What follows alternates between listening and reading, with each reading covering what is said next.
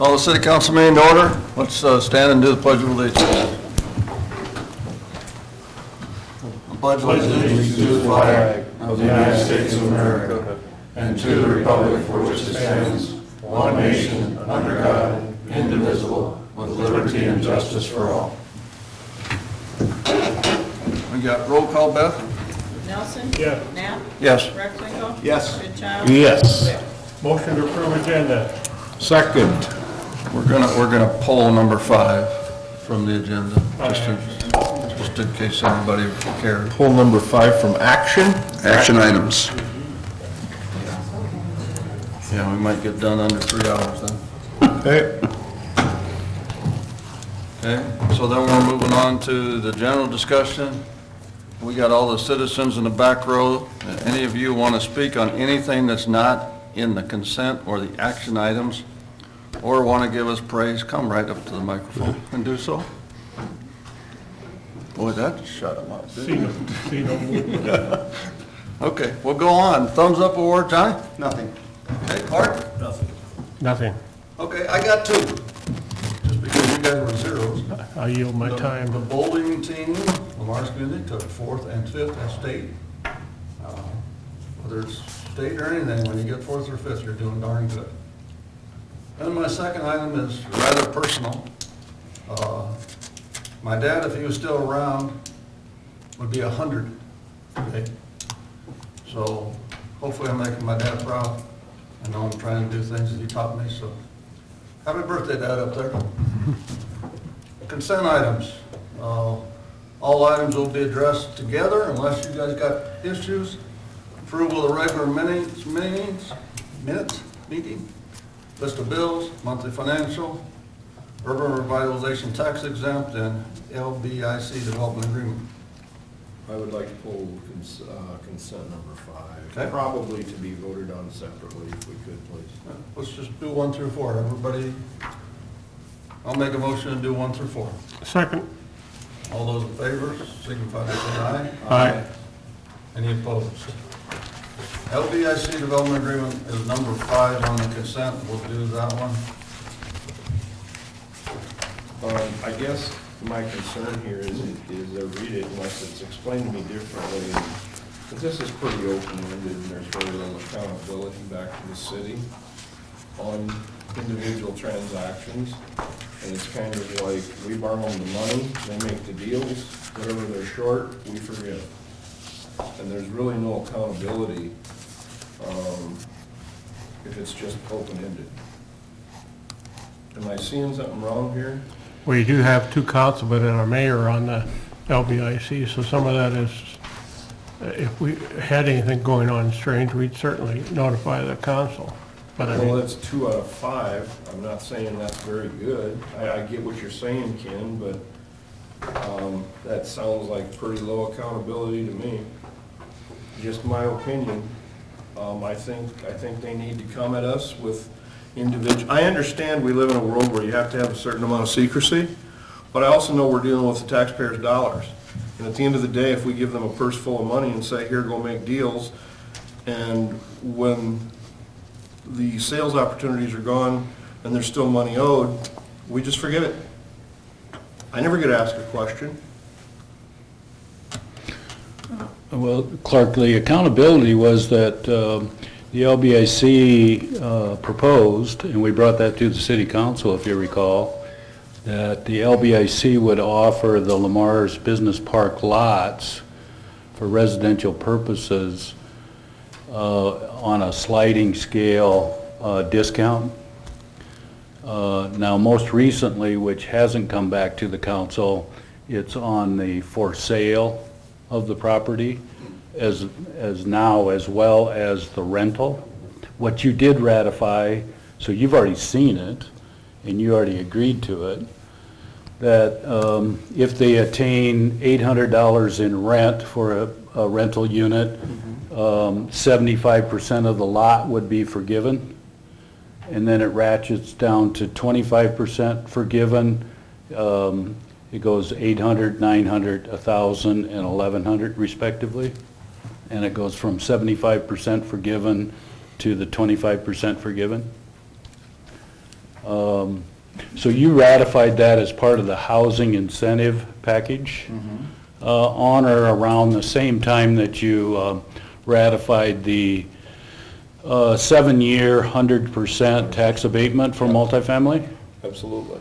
The Lamar's Business Park is what this is dealing with, and the only lots available is that which is south of Walmart, south of that strip mall, west of Holiday Inn Express, Okay.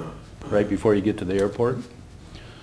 There's 8 lots there, and a lot of activity has already occurred.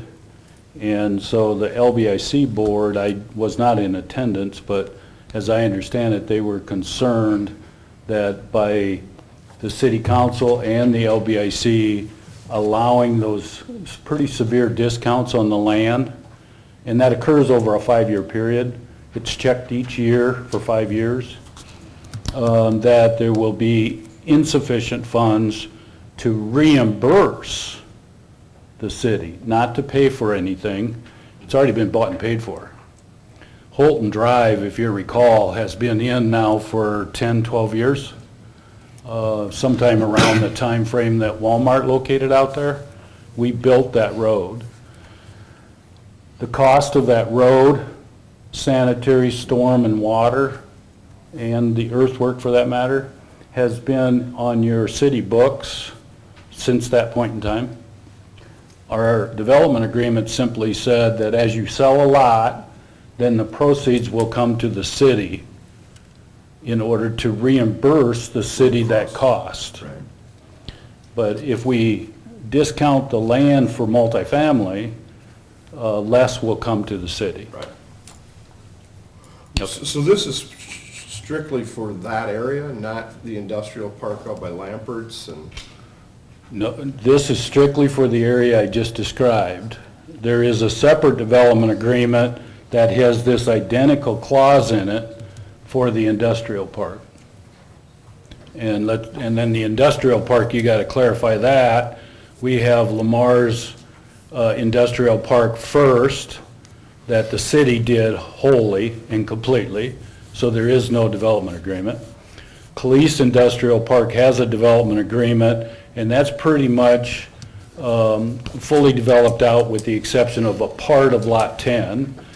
Lamar's Industrial Park second is where IML is at, if you will, and Lamar's Public Storage and Feenstra. That area has a few lots left, and then Lamar's Industrial Park third has the majority of it still available. And we have that type of agreement with those, or this type of an agreement? We have this type of an agreement with Calice and the second and the third industrial parks. And this, yeah, this will enhance our commitment to affordable housing opportunities as well. I believe that, yep. Well, that was okay, that's good enough. I just, yeah, felt that I needed some pretty decent explanation, Yep. so, thank you. I make a motion amending the 2001 development agreement with the LBIC regarding the Lamar's Business Park as requested. Second. Got a motion and a second to amend the 2001 development agreement with LBIC regarding the Lamar's Business Park. All those in favor say aye. Aye. Any opposed? Okay, move on to the comprehensive plan update. Rex, I asked Kevin not to take the expense of coming up to Lamar's again. I think he's been at your meeting for the last 3 or 4 meetings. He gave a fairly extensive, and we included all those pages just because it is pretty extensive. So you have a memorandum, you have the changes that were made based on the previous request, and then an edit to the schedule. And the most important document is an 8-page summary document of the comprehensive plan. So I think Kevin had done a very nice job of summarizing it. And all you're doing today, once more, it seems like you've acknowledged it probably, I'm counting 4 times already. Yeah, So this is one more acknowledgement that we now have the final document, and it's for public viewing, and you're going to ratify it as our comprehensive plan on March 21. So this is just, A month from today, we'll actually put this thing to bed, but yep, he has been very good about making changes. He was very good to work with during that last 2 months process, I can say it for myself. And he took over in the middle. Yep. So it's been a, So, I mean, he took over in the middle, it's a so. good situation. Anybody? Motion acknowledging the final plan of the 2017 Lamar's comprehensive plan and making it available for the public viewing until March 21st city council meeting. Second. Sounds like it's a funeral. Who's that? Public funeral. All those in favor signify by saying aye. Aye. Any opposed? Okay, now we're moving on to the recommendation of the CVP Advisory Board. At its February 7th meeting, the council acknowledged to receive the Convention and Visitors Bureau of Mizpah Board recommendations for 2018 projects and allowing time for citizen input. We do have several people that made comments on this, and it says the mayor pro tem, that's me, should ask for public input. Because we not only have the recommendations, we have what's going to happen in the future, so. Let's hear from those in the audience. Anybody want to speak? Just state your name and then tell me what you're talking about. Mark Sturgeon and Mark Sturgeon, we're both with the Plymouth County Cyclists. Okay. I guess my friend Scott's suggestion, my only comments to that would be, my first choice would be that you don't change the way it's set up right now. A lot of the smaller groups, this is kind of one of our only avenues to apply for funds. I was on the Hotel Motel Sales Tax Advisory Board, and then, went to the CVB when it changed over. And Jessica does a wonderful job. I have no problem with carving out a portion to run the CVB. But I noticed consistently the Chamber of Commerce applies for a decent chunk of money through 4 or 5 projects, the CVB themselves. So my second suggestion would be, if we don't not make the change to the format, is that we carve out the approximately 20,000 that goes to those 2 groups and let the remainder of that small pool be applied for. The third suggestion would be that at least, at the very least, you delay action for the applicants that have already applied, so that the funds that have been recommended be funded this year, and then if you're going to make a change to it next cycle, I don't mean this year, next cycle. Mark can speak to that as You well. got questions for those two? Anybody got questions? Okay. We'll go to the next. you have something to add, Mark? Well, I'd like to echo Mark's statements. Obviously, these, there's a lot of people, obviously, that can benefit from these funds being available. Our events draw, I'm going to speak, obviously, they're bicycle events. They draw a little bit different demographic. Younger people with families, we do get a lot of at our events. We get a lot of people coming with families. They need a place to stay, so they are utilizing the hotels. They are utilizing restaurants. They are utilizing convenience. They need gas to get home. They eat. They bring a lot of dollars into town. So I guess if there is a direction or a different direction you want to go with these funds, understand those decisions have to be made. But as Mark said, at the very least, maybe in the application process, if we know that going in, hey, this is going to be changing in a year, or this is going to be changing in 2 years, might be just a little bit more better information than maybe making that change in midstream or at this point in the game. I actually think that concern is in the proposal. Yeah, okay. That concern is actually already there. Okay. That was for 1 full year, right? This was to be, what was budgeted this year, or proposed this year, was good for starting July FY18. Okay. So that year's are to address that concern. Okay. Well, it hasn't been approved yet, but Right, that's that's why the I- recommendation. Yeah, my suggestion from 2 weeks ago was to change it for even FY18. My recommendation now, 2 weeks later, because that was just a suggestion. And I heard from several of you, and I listened. So my recommendation today is that we fund what's being recommended by the committee for FY18, and we make a change for FY19 and beyond. Thank you, Jim. So we can change too, okay? Speaking for Councilman Wick, who's not with us today, was there any more input? Yeah, go ahead, speak for For Councilman Wick Wick, who's not with us today, and for myself, I support keeping the methodology for this year and for future years. I think basically this is what the public voted for when they voted for a hotel motel tax, so I would vote to keep it as it is this year and future years. I think that's where I'm at. No, that's where I am. And the other reason is because I think it's good to have community input on a separate board that makes these decisions. If not, I think the council itself is going to be bombarded with 13 applications for funds. But I have kind of a question that goes along with this, and I'm probably going to get in trouble for asking it, but are we picking and choosing? Rex, you and I have talked about this in the past. And we have certain built-in groups in the budget every year. And I'm going to say this, I'm not picking on those groups, but we have the band, we have the arts center, we have the museum, we have historical preservation.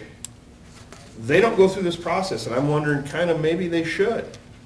Maybe why are they a guaranteed pool of funds each year when we're making other groups who have to go through this process? You take the cyclists, and I'll concur, they bring more people to town than the municipal band does. They bring more people to stay in motels than the municipal band does, and I'm just going out on a limb and guessing, but I think that's kind of a no-brainer. You take national, traditional country music people. Well, I've been told by sources I'm trusting that those people come out, they do shop at Fairway and Hy-Vee, they do shop at Walmart, but they stay out there. They're not laying their heads in beds. So I appreciate Jessica and your group who sit down every year and discern through these things, but I think it's a very important process. And sitting up here, whether I'm here a year from now or not, is yet to be determined. But I think the council needs to get, this is our recommendation, yes or no. And I think the process was set up. I think it's a good process. I think they do a fine job, but I guess that's kind of my comments with a question, which is why are some not subject to this very same process and others are? Let's give you a history lesson maybe on how they got into that process. That's fine. I just might as well comment, I'm the only one that hasn't. I've kind of looked at these as kind of an incubation period where these projects come on. In the case of the cycling, Yep. you know, they'll have a vet come in, and if it doesn't work out, maybe a couple, 3 years, it's not happening, they kind of fall off the plans. We had chalk art, it didn't work that well. Flea market didn't work that well. Yeah. Cyclist, it's working. So we've had winners and losers. It's a chance to test But I think that these that ideas. group can discern it each Yeah, year too. it's a chance to I test don't know, out you these might be ideas. giving us too much credit to discern it. but- I've been there since day one, right? In fact, I was there, just to give you a history lesson, I was there before we even had local option sales tax. And when we had council meetings, we had a whole night of cultural. Not fun. It was not a very fun night, to say the least. And we tried to figure it out. And the band and the museum were given a dollar amount, and some other groups were passed over, and some, therefore, when they got passed over, came to this group asking for money. Later in the process, then the band and the museum also got hit up with the fact that they would only get their money if they matched it. Right. Okay, Those but were that matched. was not at the beginning. Okay. At the beginning, they were given an X amount, because they've been given an X amount forever. So we made two sets of rules for two different sets of people. that's how we got here. Okay. That doesn't mean it's the right way to get here or not. The process that we are today, since I've been here 25 years, is today we're making an incredibly strong effort in tourism and getting buses to town, and we have buses of people coming to town and coming back to town, and it's a really cool deal. So we want to have some money, not from administration, or not from streets, or not from police, to give to Jessica so that she can supplement those tours and make sure that they're all the best they can be. So the idea here was to make sure that we're using these dollars in the best available circumstances. I think the committee puts their heart and soul into it, really works hard. The people have been there. We do argue, we do discuss, but then there's some that, I'll pick on Sue since she's sitting back there, the ice cream days get $7,500 every year because we want to parade for ice cream days, and we've got to pay for the Shriners to come. We got to pay for the White Horse Patrol to come. So that's where the $7,500 goes. It doesn't go in anybody's pockets. It goes to pay for events to make the parade a neat parade. If we're going to keep giving her $7,500 a year, does she really have to apply to get $7,500? So that could be something we could talk about, but even this year, we spent 40 minutes on 3 cultural programs during the council workshop night.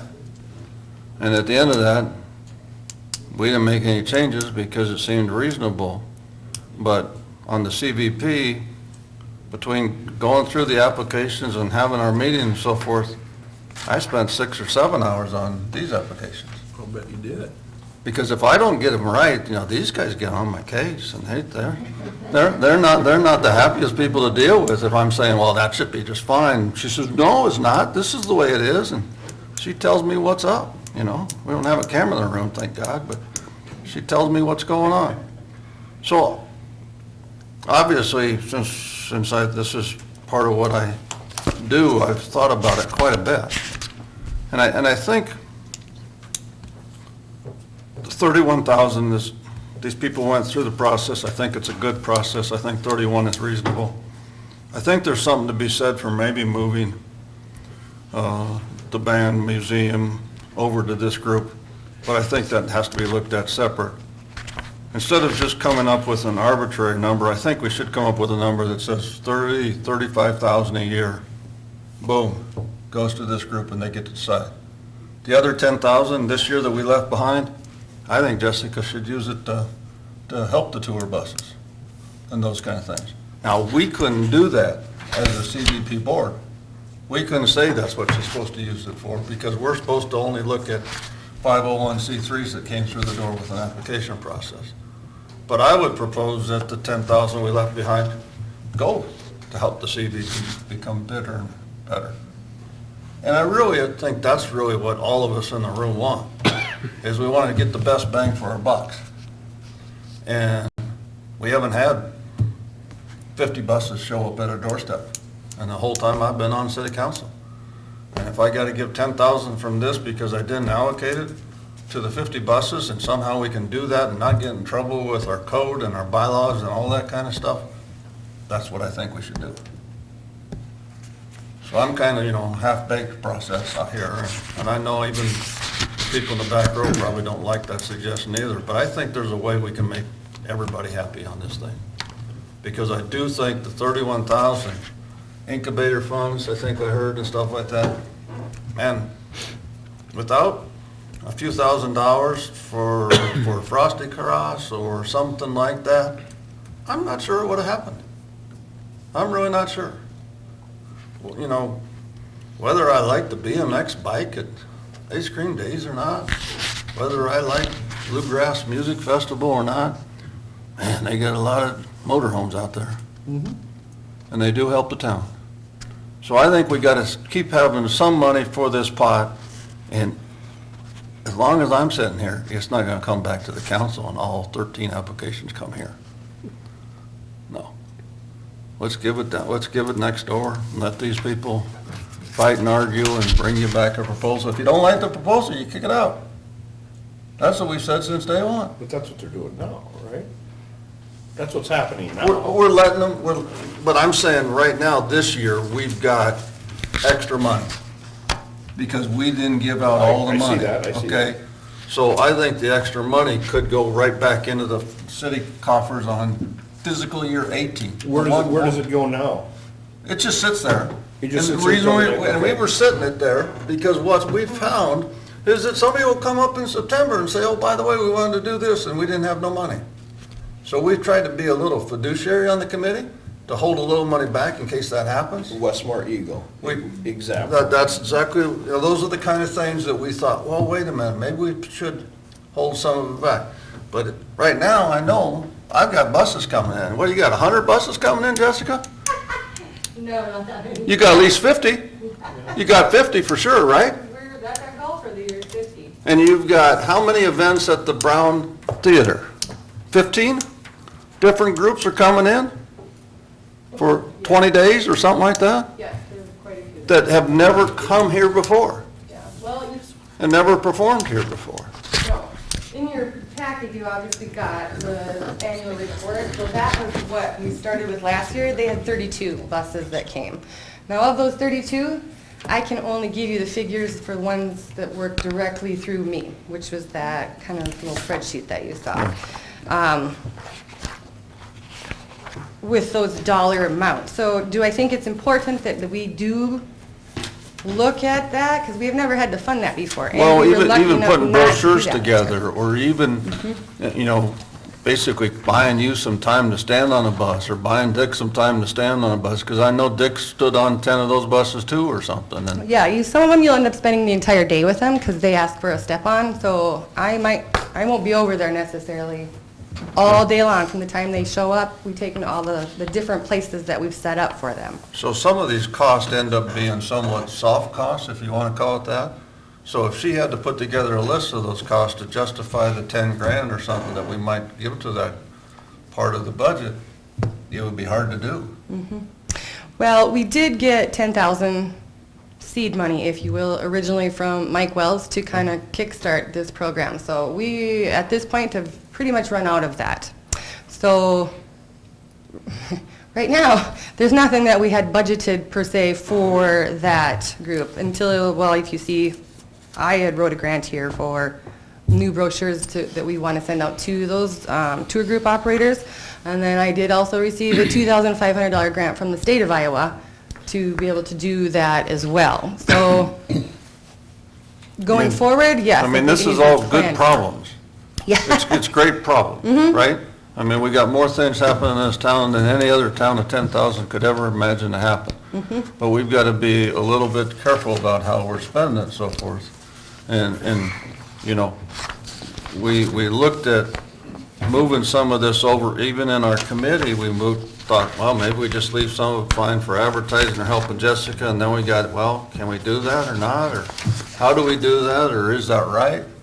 And I guess I'm sitting here today saying, sure seems to me like those people are coming to town, and sure seems to me like they're spending money in town, and that's where we're getting the extra tax. I agree, but I also know that we had a group of citizens that stepped up to the microphone a year ago and said, hey, we think we should do a dedication for an Eagle, and we were able to give them money, so there Yeah. was money left over to do it. And I'd hate to say no to a group of people who have a great idea on their own, or these biker guys. I mean, these guys have brought a lot of people to town. They're just an example of one group, but Well, I like an advisory board, and I'd like to find you other dollars in the budget, is what I'd like to do. Because I do think that when this was voted on, it was voted on for a huge array and not just city orchestrated tourism. It was voted on as a tax, and I pay it when I go to other towns. I pay, you know, Kansas City, Missouri, wherever, I'm paying a hotel motel tax. So what, you know, and that leads me to exactly what I was saying. I mean, I think this, today, we just make a motion to approve the 18 money for 31,000. For this And- year. And we do nothing for the future years yet. Okay. I'm with that. We have a little sit down, we sit with Jessica, we try to figure out how her budget looks. We get Dick back and argue with him how the budget looks, and then we figure out what we're gonna do with this extra money, because we have been incredibly lucky with hotel motel tax dollars. Our hotel motel tax dollars is 20% higher than last year, or something like that? Well, actually, 15 to 20? I know. You don't want to tell me, Yeah. but I mean, it's 15%. It's 15 grand higher right now, but we just don't know about the last quarter because they're 2 quarters behind. Yeah, But, you know, we've filled up all the heads and beds around, so that's why we're getting kind of a roll of a little bit extra money. Absolutely. So, but, you know, I think we got enough information to be dangerous here, but I agree. I'm not sure I can give the money to her according to what our agreement said with hotel motel, but I also know that we can figure out a way to fund some of these things Motion with approving hotel motel. Convention and Visitor Bureau Advisory Board's recommendation for FY '18 projected funding in the amount of $31,951. Second to the motion. Question? Yep, go ahead. So last year, what would we allocated? $40,000? Pretty close to 40. It was But like, I'm being assured that the 10,000 is still gonna go for these types of, all of these types of applications would yeah, be. right now, that's what we are doing, unless we come back to the council with a different idea. Okay, so basically, we're gonna withhold 10,000, but we're gonna retain the same methodology. Well, actually, we're withholding almost 20,000. No, that's Well, what that's what was requested. requested. We Oh, said- you're we said right. we were Sorry, only- we sorry, said I we were am only gonna yeah, spend yeah, no, 40, I no, think, I am right? looking at a different number, yep, Right. that's right, that's right. That's where But we are that's for today. this fiscal year we're working on, which is 18. Right, 17. We're not, 17, 18, we're not doing anything. correct. We're not making any commitments But- for future years. Right. But we do have to address it before we get to Absolutely. next year. The next couple months, we're gonna address it. Because I think we can sit with Jessica and we can kind of go through the numbers and see what we can really do according to what we say. Okay, now, again, I'm saying, just as long as we retain that same methodology for the 10. That's what we did for this year. Okay, And that would then allow Jessica to send out the letters for 17, 18 that says these amounts, right? yes, That's the way we've done it in the past. and correct. anything in the 10,000 allocation will still come back to us for approval. Yeah, I think there's every once in a while we've done 1,000 or we've done 500 without coming back, but if it's a big allocation, it'll come back. Okay. Yeah. I'm not trying to say we're perfect with that. You know, there's some smaller dollar amounts that we just take care of and do, right? Because again, we shouldn't waste everybody's time with it. But that's, all we're doing is making the motion for doing what it said for 17, 18. Okay? Everybody understand that? All those in favor say aye. Aye. Any opposed? Okay, and now, we have the second motion here. We got to figure out what we're going to do in the future. Okay? So, go ahead, Scott. Well, it doesn't sound like it's going to pass, but I want to give some more evidence. The reason for my recommendation is if, and coincidentally, we're going to be talking about the budget after a bit. If you look at what we budget for tourism, convention, and all the different venues on convention, we're subsidizing that with property tax dollars.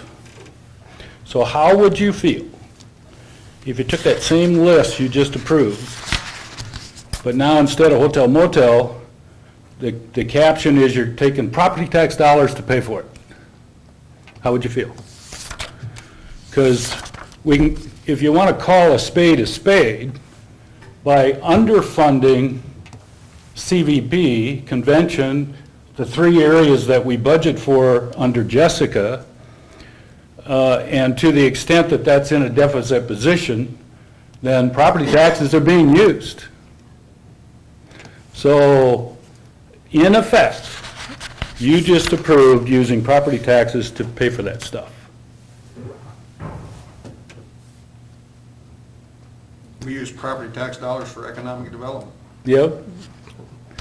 But that was the reason for my recommendation, and the mayor isn't here to to defend his position, but I know it's near and dear to his heart, working with Jessica on the bus tours, increasing tourism, making tourism the biggest and best it can be in Lamar's, which benefits all those different entities, art center, museum, all those things. And it takes money to do that. And so the 5 bullets that I put in your agenda on really are giving my recommendation to you on why I think the policy should be changed. And you know, life is not stagnant. Life is dynamic.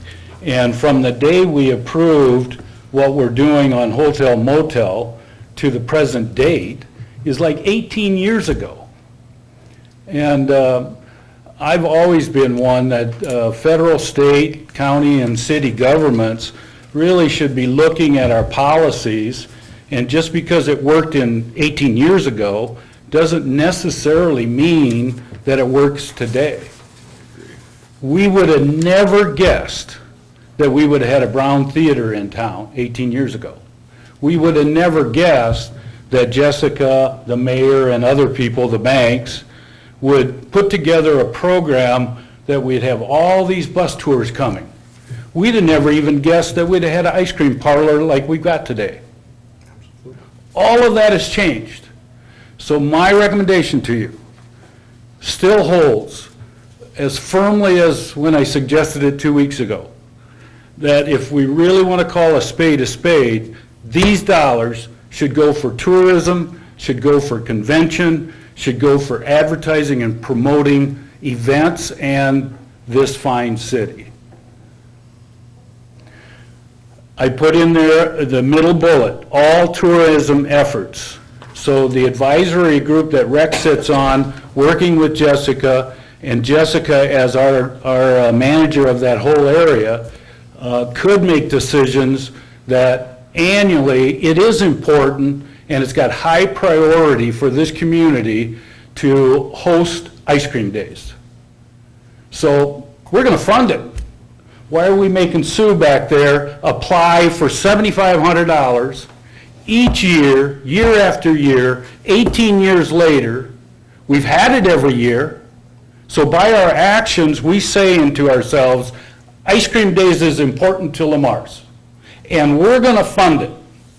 And yet we persist in the attitude that Sue in the chamber has to come in with an application and beg for $7,500. She's got some, I say, she's got some in the committee now, too. I say we take that $7,500 and we budget for that under Jessica, under CVP, because it's important to us. And we're going to do that. And it doesn't have to compete with the BMX track. It doesn't have to compete with building improvements out at the fairgrounds. It doesn't have to compete with that. Yeah. Because it's too important to us. And you can go down that list, and I'm open to any suggestion in that regard. Go down that list and say, this one, and that one are important to do every single year. And therefore, we're going to budget it under Jessica's budget. Then why don't we allocate more money? Well, if we might need to at that point. Instead of the 40,000, why don't we allocate more money every year? Well, you bring up the point that I was trying to make earlier, which was why have we picked 5 entities and they're in this budget every year? The 3 years or 4 years I've read this budget, they're there. I'm not picking on the band, but the band my example. Museum's my example. I agree, Sue should not. Ice cream days should be Lamar's. It is about Lamar's, whether, you know, it's a big deal, so I agree with you, Scott. I don't necessarily put some of these others in that category, and I think they should have a venue to come and a board to apply and say, I'm doing my country music again, I'm doing my, to be honest with you, Color Me Sweet, I'd throw that in that group. I'm not sure. Color Me Sweet should probably have to apply for funds. Lamar's is ice cream days, we've made it that. So I agree, let's put Sue over there with the municipal band and the museum and them, if you want to pay that way, get her off this category and change these funds, because I agree with what you're saying, that Lamar's has changed, it's evolved 20 years. Tourism has changed, we need more money, I agree. Jessica's doing a heck of a job in 5 venues. But I think she's in a category different from the BMX Check and the Pioneer Village and the, Wise Triathlon. They need a group of funds to be able to come to every year and say, hey, so I think there's some common ground to be found. The 5 or 6 that are funded under cultural programs that you've alluded to 3 times now, that is in your budget, and 100% of that funding, property tax. Yeah, but so is Cleveland Park. If you want to get technical, I mean, so is.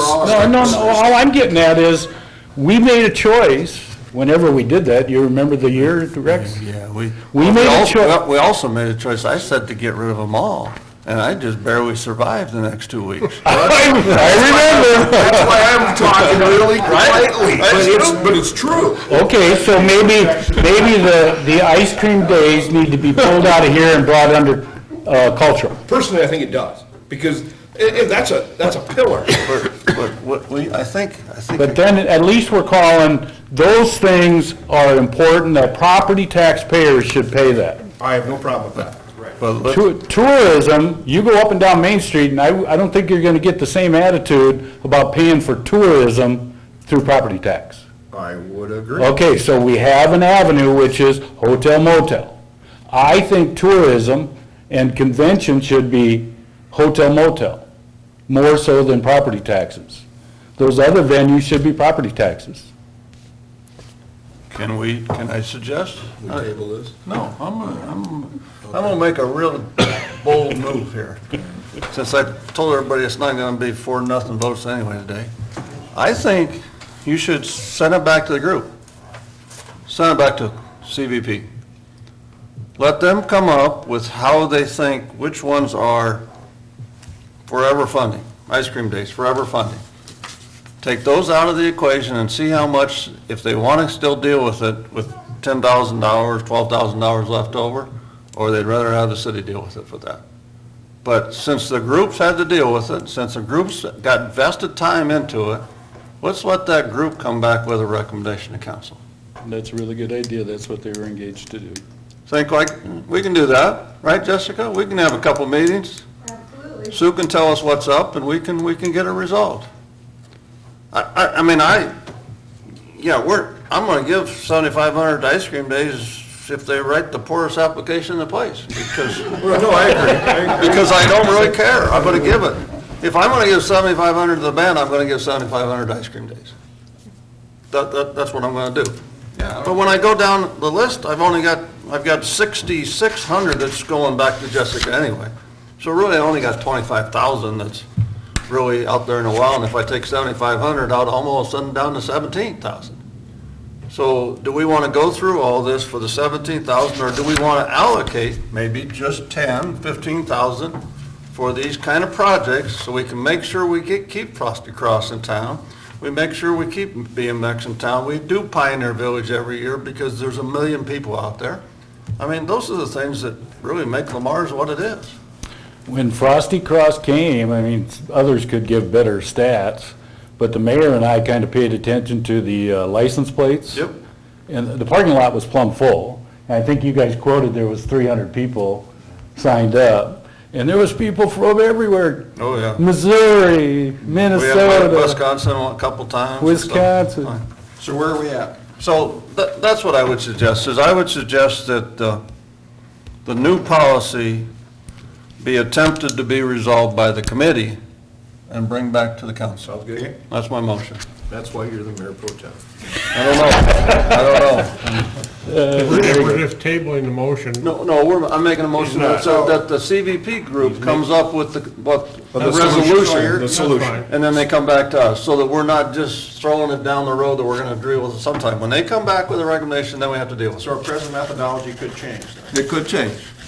And we're giving them marching orders because they're sitting here in the room hearing all this discussion, so they have a whole lot more knowledge than they did half hour ago. And for that committee, I personally really like, and Sue, I'm gonna leave you out of this on ice cream days, I do not include you in this statement, okay? I like matching funds. I like groups that say, we believe in it so much that if you give us 600 or 1,200 or 2,200 bucks, we'll come up with our own 2,200. I like that, so just take that to your committee, and throw it in the mix. I think every one of these had to have some, was it 30 or 40%? 30%. Oh, there is a certain amount already. 30% already in there. Okay. Well, I like that. So, but that, I think the committee comes up with it and brings it back to us. I'll second the motion. Okay? Aye. All in favor, say aye. Aye. Any opposed? Aye. Okay. And that, my aye does not mean that I would oppose $7,500 for ice cream. because I think that's very good. But Yeah, I think we need to keep the same methodology we have now for other. Well, I'm and willing to look at you what they were proposing. you might win anyway, John, because they might come back with that, but let's just see what they come back with. Yeah. Okay? We'll have a couple meetings on it. We got one in a couple weeks, right? Next Thursday. Okay. Well, that was fun. Let's go to the next. It's always interesting when you're mayor pro Oh, tem. man, I'll tell you what, it always gets more spicy when I'm here than when Dick's here. I don't understand it. You think that was by accident? I think they hold back these controversial issues until Dick leaves. Okay. Let's get him on the phone. Dogwood Second Edition rezoning. On February 14, 2017, Planning and Zoning approved Dogwood Second Edition request to rezone 567 from R1A to R2. Final plats attached. Staff is recommending setting the date for the hearing. Financial impact is basically the same. So, what else we got on that, Scott? Anything? No, that's pretty much it. He would, if he was here today, he would probably explain like he did at the P and Z, that he created those R1A lots along that west side, west of Fourth Ave. And R1A is up to a fourplex. And it turns out that with the density requirements listed in your code of ordinance, it takes 4,500 on a multifamily when you get into a threeplex or larger. And 4,500 times 3 is 13,005. And those lots got dimensioned such that they are 13,003, I think it is. 13,002. I think. So it's off by 300. And to get a threeplex on those lots then, it would take a variance in each and every case. And he just doesn't want to approach the Board of Zoning Adjustment on a variance each and every time. Multiple times. So that's his purpose for going to an R2 on those first 3 lots. Motion establishing March 7, 2017, 12 p.m. as a public hearing, rezoning lots 5, 6, 7, Dogwood Second Edition from R1A, medium density, to R2, apartment district. Second. Got a motion and a second. Any questions? All those in favor signify by saying aye. Aye. Any opposed? Yes, they throw the no-brainer in between the two issues. Okay, traffic signals. They did this intentionally, didn't they? They set this up so it looked like we got a break and we don't have a break. Okay. Traffic signals. The Public Works Committee met on February 7th to discuss the possibility of removing or replacing traffic signals at Central Avenue and First and Highway 3 and First Avenue West intersection. The current traffic controllers were purchased in 1991 and replacement parts have not been available since 2007. The traffic signals currently need controllers would cost $24,000 per intersection, and they need LED lights replaced. Conversation is taking place with the Iowa Department of Transportation regarding the Highway 3 traffic signal because it's in their jurisdiction. The Iowa Department of Transportation is in favor of removing the traffic signals and making 3 a through street. However, stopping north and southbound traffic on First Avenue West. They will not approve a 4-way stop. The Public Works Committee is in favor of removing all traffic signals, stop signs, oh, no, not any other things I can remove, right? The stops, but then also putting the stop signs going across so that in essence, for people trying to figure out what we're talking about, Highway 3 would continue, wouldn't have a stop sign. Central Avenue would continue, not have a stop sign, and there'd be stop signs on the other directions. So, discuss. Comment. This is one of those things we've had forever. We've had these lights up before I came on this thing. I don't see a safety committee recommendation on this. Okay, we can take it to the safety committee. Well, here's my concern on I have no concern with the one at First Avenue North. But Okay. the one at First Street West, if there's traffic coming from the east, and there's a green light at the corner of Central and Plymouth, they'll have a pretty good run at 25 mile an hour, and if you're coming from the north at that stop sign, it is very, very difficult to look east and see traffic coming. If they're coming at 25, we're gonna have issues. I firmly believe that, but we can't put a four-way stop there. I would vote for a four-way stop, but the DOT says we can't. Right. What direction are you coming from? If I'm coming from the north and I have to stop, and I look and there's So you're, cars, so you're traveling south? I'm traveling south. Okay, There's- gotcha, There's okay. cars parallel parked on the north side of the street, on Plymouth Street. Mark Crop And- Insurance, they're parked Right, there. and there's traffic coming from the east, and they have a green light at Central and Plymouth. They'll have their 25 mile an hour run. And you're coming from the north trying to look east, it's gonna be very, very difficult to see a vehicle coming. You do that all the time though, when you stop even on red and then make a right turn. I don't have any trouble Now, I'm not seeing talking about it. gonna make a right turn, I'm talking about Go all the way I'm gonna continue across. to go south. I'm gonna continue to go south. And I have that stop sign, there's a car coming from the east, going 25 mile an hour. It's gonna be, I don't think it's a safety issue, because I've many times been at that corner, and there's a pretty good view down there. There's no hanging signs, there's nothing that would well, stop if you you. come from the north, look east and see what you can see. No, you can see all the way up Central Avenue. Well, Not Even- if you stay even behind with the my crosswalk, eyesight. not if you stay behind the crosswalk like you're supposed to. well, I'm in favor of it. Yeah, there's a couple places, even on Fourth Avenue, I mean, when the people are coming around the curve. It's, Exactly, There- you get up there by, There's- this quick there's stop up here. there's some runs that you can make. On the same token, what we're having now on both of them is we're having a Cost issue. well, and a traffic issue going through when we do have a train, because we don't get anybody through on the two lights, and all of a sudden they get backed up and so forth, so that's, but we also got the cost issue. Yeah, and just to let you know, Roxanne did come up last week, and she sat there at that intersection and kind of watched it, and she did not see a problem with anything there too. So they did come up last week and kind of sat there and went through the intersection, looked it over. Roxanne is with DOT. DOT, yep, And she sorry. sat at the red light. Yeah, she sat at that in. But just to let you know that. Never know.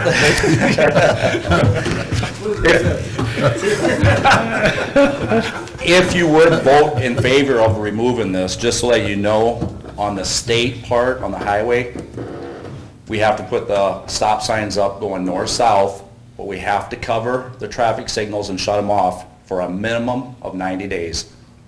So it would be a trial period. No?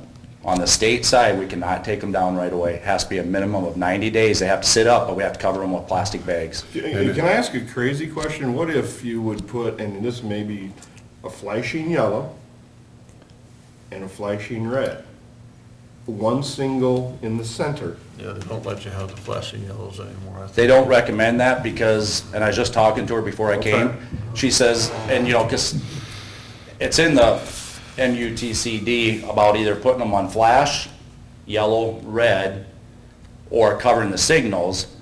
Well, when you pull up a lot of times, you can't see that other signal, so you don't know if they got Oh, gotcha. some red, some, you know what I'm saying? So Yeah. then Yeah. you create more confusion. That was an excellent question. So because I asked that where question. would the stop sign go then, Scott? In the street? I mean, actually in the parking? Well, it'd be by the roundabout curb coming up by the crosswalk there. Okay. And that would be, down there, that'd be state's responsibility. That would be their stop signs coming up to there. Okay. On both sides? Yep, South on both and sides. north. And I think I'd request they flag it like we do with new stop signs everywhere else. Yeah, and then we talked about putting flashing LED, like if you drove it out past Wells Corporate, or Wells South Ice Cream Plant on 18th, the cross pedestrian sign's got the flashing lights. We can put them up. Roxanne does not think we should do it. We can do it if we want, it'd be at the city's cost at $1,500 apiece. But she thinks, why is there any different from that stop sign than the next stop sign being down the block? Well, I think whatever Roxanne says, I still think we should have our safety committee review it. Yeah. That's the purpose of it, and before we vote on it, they need to. Yeah, no, that's fine, I'm just letting you know, kind of. But like I said, if the stoplights go out tomorrow and you decide to stay with them, you're gonna wait a month, and you're gonna look at about 24,000. The LED lights need replaced right now too, and I think I had about 5,000 in the budget for that, so. I mean, as the safety committee reviews it, can we do the temporary thing, see what it's like? We have to vote to do the. Well, you'd vote to take them out, they gotta stay up for a minimum of 90 days, but We can always reverse our vote within the Who's 90 on the, days. who's on the safety committee? Stu, I you am. are? I Fire am. chief is? Ken is, who else? Steve Wick. So the safety committee is in this room, other than Steve. Right, and they haven't reviewed it as a group. Well, Right, Stu? That's correct. So, Well, what are your guys' thoughts? You two back there. But here's what we can do. I mean, right, if we're gonna have to wait 90 days on either one of them, right? Are we covering them both? One of the things that we're just kicking around while this discussion is going on is, if you are southbound on First Avenue, you stop at the crosswalk, and if there's a van or a larger vehicle parked in front of Sherwin-Williams, Or Mark Crop. or Mark Crop, you're gonna have a hard time. That's gonna be a visibility problem. So we're thinking we may wanna eliminate some parking spaces. That's not gonna be a popular decision either, to those people that have businesses right there. But it might free up the visibility for people who are trying to look around those. My fear would be somebody coming from the west that sees the green light at Pizza Ranch. So they put their foot into it, and you got somebody trying to get across there. But even coming from the east, Oh, yeah. if they have a green light, they're gonna be maintaining their 25 mile an hour range, and I'm coming Yeah, from but- the north. But. Dave, you because of the can't visibility plan thing, for, You can't take care of everybody's. Dave, you can't plan for people violating the speed. Right. That's I agree purposes with of that. PD. And then you've talked about 25 going through there. Going through downtown is 20. Okay, well, So then, once again, they're violating the speed. We can't cover all that. I have no problem with them coming out, it's just maybe to take a look at the visibility issue, all of us drive it, take a look at it, Yeah. and see what we think. Are we And imagine covering, that light not are you being there. planning on covering both? Or taking the ones out right away and covering the one on Highway Well, 3? if you do If the we ones gave you up the- north, Yeah. we can do whatever. You know, we can take those out right away, because that has nothing to do with state right away. I'm not too overly concerned about that intersection at all. No, I'm not either. no, It's just highway. It's just that we'd have to, if we're gonna, we gotta redo our permit, and that permit for the state includes all three intersections, But because if they're you- but if interconnected. we do this motion to remove them now, you're saying the ones on Highway 3 are staying up for 90 days irregardless? Covered. Shut off, covered Covered. with stop signs. Which means anytime in the next 3 months, we could reverse the decision or put X's on a couple of parking spots or something like that. So when they're Yeah. covered, it becomes a four-way for that coverage period? No, it goes for doing Highway If 3. we cover those traffic lights, Uh-huh. they're dead, I mean, they're just I no understand longer that, in but use, I'm but saying, what is the control on the intersection? that It'd just be the 3 goes two-way. through, 3 goes through. Three Yep. goes through, three Yeah, goes through. it just 3 would go through, your north-south would be stops. I would like to make the motion subject to the safety committee's recommendation.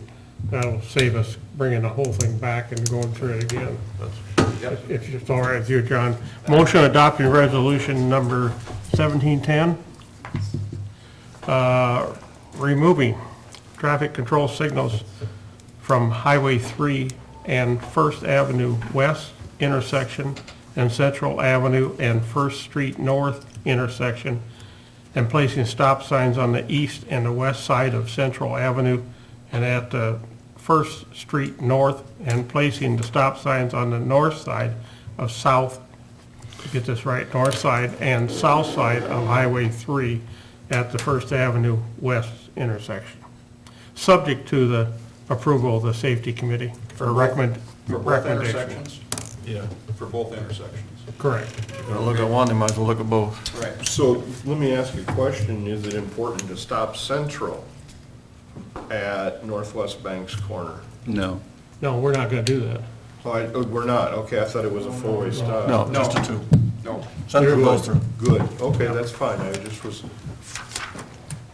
Second, We've got, just a quick question, I guess. Our next scheduled safety committee meeting is on April 13. Is this something that you want to? different one. Oh, that's a different safety committee? I only knew of one. Okay. That's for you to wear a hard Not this hat. one, gotcha. It's all right. You guys have it the next week and then cover the lights, okay? What's that? Have it the meeting in the next week and then cover the lights. Right? I don't know, we're gonna vote on this. We gotta do a roll call, right? And the motion is this motion plus, with After approval by the safety committee, for both intersections. both intersections. All right.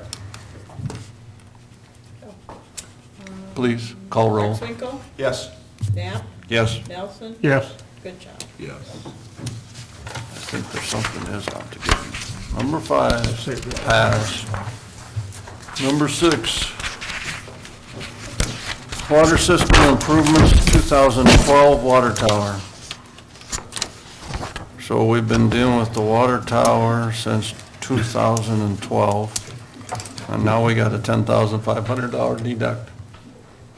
And you got it in writing, right, Bev? Okay, so anybody want to argue about it? not when it says city attorney recommends approval. Motion approving the final negotiated contract from McClure Engineering Company, PC, for the 2012 water system improvements water tower as constructed by Caldwell Tanks, Inc., and as overseen by McClure Engineering Company, PC. Second. And that means we're done? Really? Done? With 2012? It's only 2017. We're gonna burn the contract or what? No, this would be the phone that we're gonna pay off of. Good. Showing the deduct of Okay. 10,005? We haven't voted yet. I don't have to sign anything, do I? No. But good. We'll let Dick sign it when he comes back. All those in favor signify by saying aye. Aye. Any opposed? That makes it really nice. Okay. You have got to be kidding me. D7. You can give me the overview, Scott? How's that? Because most of the stuff's in there's already been in there. All we're doing is looking at the last year again, right? We're looking at the 5-year period of 2020 to 2025, and the first one that's listed under that, Central Avenue from 5th South to 12th Street South, that did get funded previously also. So what I'm asking City Council's blessings on is to go after an application for a surface transportation block grant program for the last 3 projects. And it's more than just the application. We'd also need a motion from you on a resolution giving official commitment of funds for the local share, Which is 20%. which is 20%, and then also that you're going to own it, maintain it, operate it as years go on. And this is the one that you sit on, or does Johnny sit on this one? I sit on the TAC and John sits on the policy. Okay. The application deadline is Friday, so with your approval today, we would prepare those apps and get them sent in by Friday. So what's the cost on that one that we're trying to fund, on your estimate? I don't even have estimates for each of these recs. I should point out that the last one that's listed there, you might recognize that. That would be the joint project between the city and county. And about, Month and a half ago? month and a half or even 2.5 months ago, you approved that as a separate line item on your council. Yep. And the city would do from, as it states here, 18th to 24th, because that's in our city limits. And then from 24th to C38 is a mile that the county would do. So the county's got a mile, we got a half a mile, so it's a third, 2/3 split. 24th is Marty Pippett's there, that, Marty Pippett's, yeah, that's what I thought. also known as 200th Street, Yeah, yep. all right, okay. And that project is a widening first and then an overlay over the top of everything. Both the city and the county would do that. The other two are white tops. So they're going to be wrecks in the range of, very similar to that Central Avenue from 5th to 12th. And that had a total budget of $750. We went after $600,000 of federal dollars, so the local share is $150,000. So it's going to be real similar to that, but I have not put figures to it yet. That's fine. And that would come out of road use. Anything that would be local share would come out of road use, thank you, yes. Just for those watching on TV, the Surface Transportation Block Grant Program makes us eligible to get 80% from the federal, up to 80%, 20% local. We have had cases in the past where we didn't get 80-20, we got sometimes as low as 50-50. But we have received several, and I would say 7 would be a good number to put in there, $1 million over the 2 decades, and Oh, yeah. accomplished many things in the city. Oh, yeah. And this is a big deal, and we go after it very strong because some of these roads are very expensive, upwards of $1 million a mile to do road construction. So it's a good deal. And We've got people that are real active on those boards, and that's what you have to be to get some of these awards. And if the federal government does what they're talking about doing, and for shovel-ready, this would qualify. Yeah, we may be in line. We have 2 that are already funded, as I mentioned. Central Avenue 5th, actually the 2015 to 2020, that one got funded from 3rd North to 3rd South. That's $750,000 total project cost. Central Avenue from 5th to 12th, as already mentioned, is $750,000.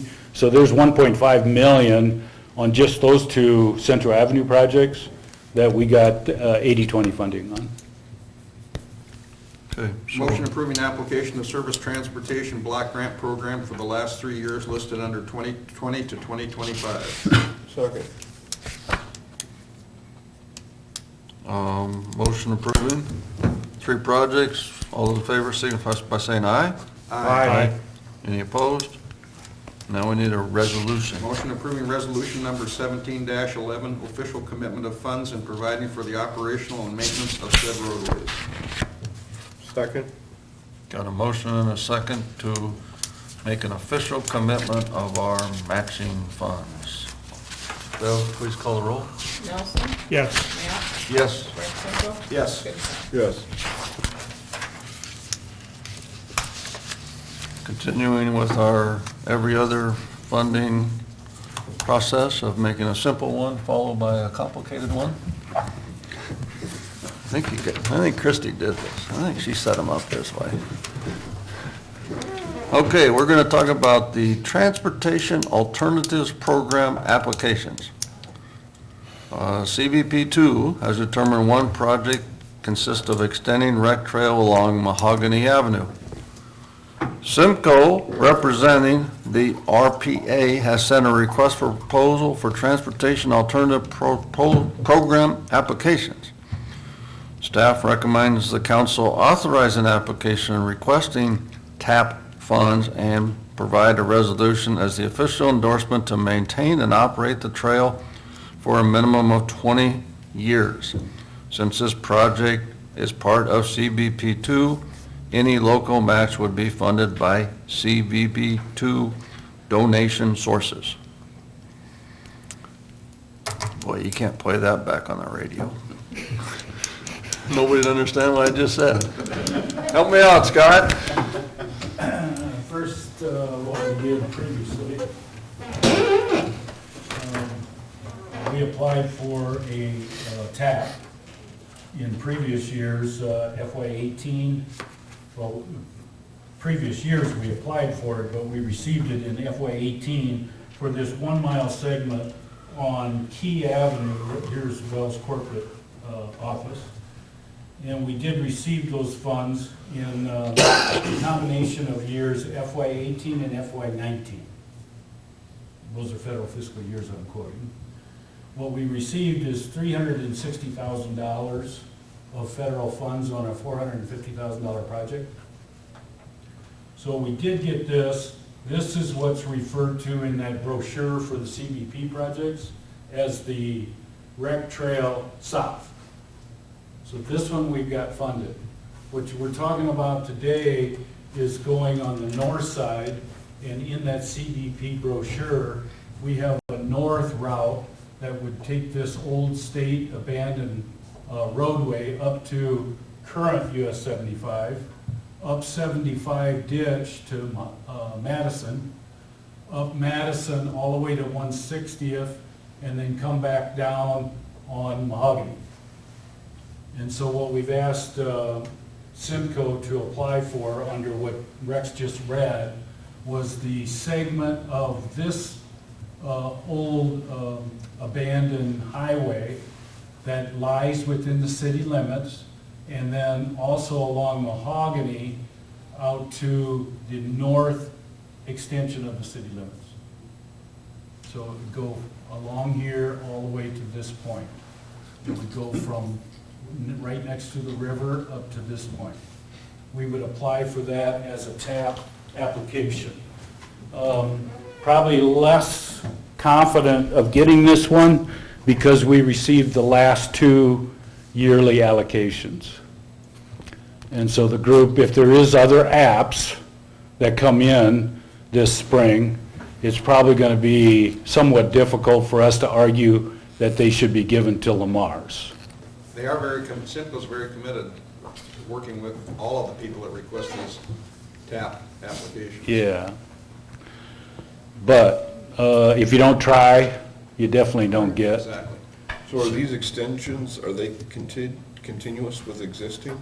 Yes, both of They them. all are, so I'd say that would increase our ability. Yeah. Up on the north end there. Part of the reason we're stopping at city limits was that issue by the Board of Supervisors that they would not support anything out in their jurisdiction. So the north end up there on Mahogany, is that by Hank Tritz's? Where are we at?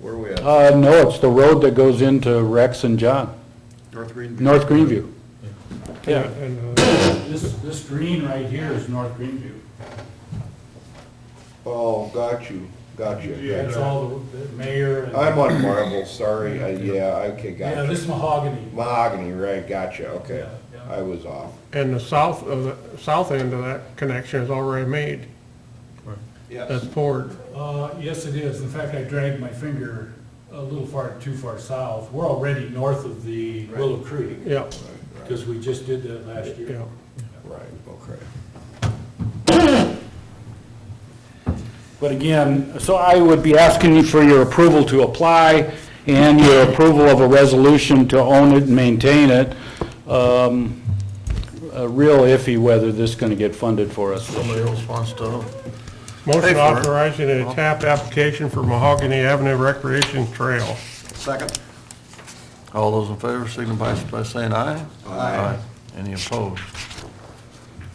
And we need a resolution to, Motion approving Resolution 17-12, officially endorsing that the city of Lamar's will operate and maintain Mahogany Avenue Recreation Trail for a minimum of 20 years. Second. motion approving resolution to officially endorse the city of Lamar's operating and maintaining Mahogany Avenue Rec Trail for a minimum of 20 years. Please call the roll. Goodchild? Yes. Knapp? Yep. Nelson? Yes. Rexbro? Yes. Okay, we'll continue down this road. Mayor and council salaries.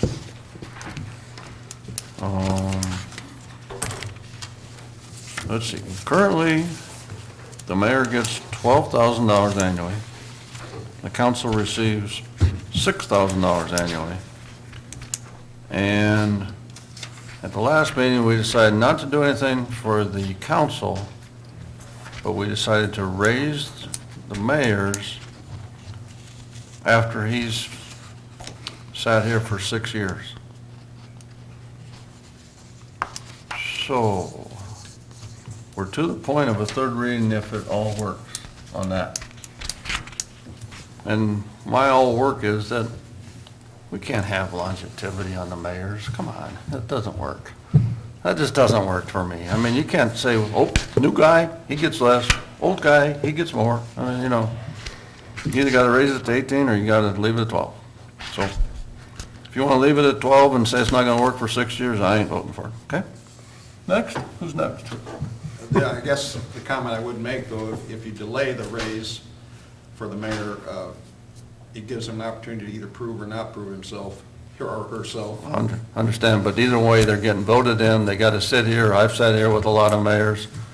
Some people say he didn't do a good job, I thought he did a good job, I thought she did a good job, so it depends, just like presidents or whatever. Some people think they're bad, some people think they're good, so. So what do we have to do then, go back to a motion? I don't know, that's what I'm just saying, you guys figure out, you gotta get 3-1 votes for exactly this, because I'm not gonna vote for exactly this. I agree on that either. Okay, well, if we're not gonna get 3-1 that way, then can we amend it, or are we amending it, we go back to step one? I think you go back. Start over. Where did this originally come out of? Was it the finance committee, or was this out of a? No, you can't, no, it didn't come out. You know, but You can't put us under the bus on this one. it came out at the budget time, and that's why, and the second part was so poorly written, it was doomed to fail. So I just don't understand. Okay, I'll make a motion. Go ahead. Motion amending the third reading of ordinance number 938, increasing the mayor's salary by removing the reference to 3 consecutive terms. So that means that we're not gonna do nothing for council, and we're gonna give the mayor a raise, Regardless of who it is. irregardless. And we're not sure if we can actually do this or not, but we're gonna try it as a roll call, and then Joe's gonna tell us whether we can or not after we get done. Because we've done this before, we've got in trouble before, and then they come back 2 weeks later and tell us, nope, you gotta start again. So we're gonna do a roll call to increase the mayor's salary immediately, which is the next time elections occur, to So that $18,000 a would year. amend the third reading of ordinance 938 as proposed now. Yep. We don't have a second though yet. I'll get a second, I'll second it. And then we'll do a roll call vote, because we gotta keep Bev busy over there. Nelson, No. good job. No. Rex Bingo? Yes. Yeah. Yep. Okay, so the whole ordinance thing really died. Dead. All gone. All gone. Okay. Died a So sad so death. that's all right, you know? Democracy works. Let's continue on with the proposed budget. Attaches the proposed budget. There is a decrease in the levy from 13.5, 12.5 on the city's levy. We've moved some things around, we've made some corrections. We gave Bev quite a few things to correct, so she had to correct a couple more. But we've got a general fund, lack of a better word, surplus right now of about 1%. So we're spending 99 cents on the dollar, so we got 1% left over. And it seems like we have something that comes up at every meeting, so.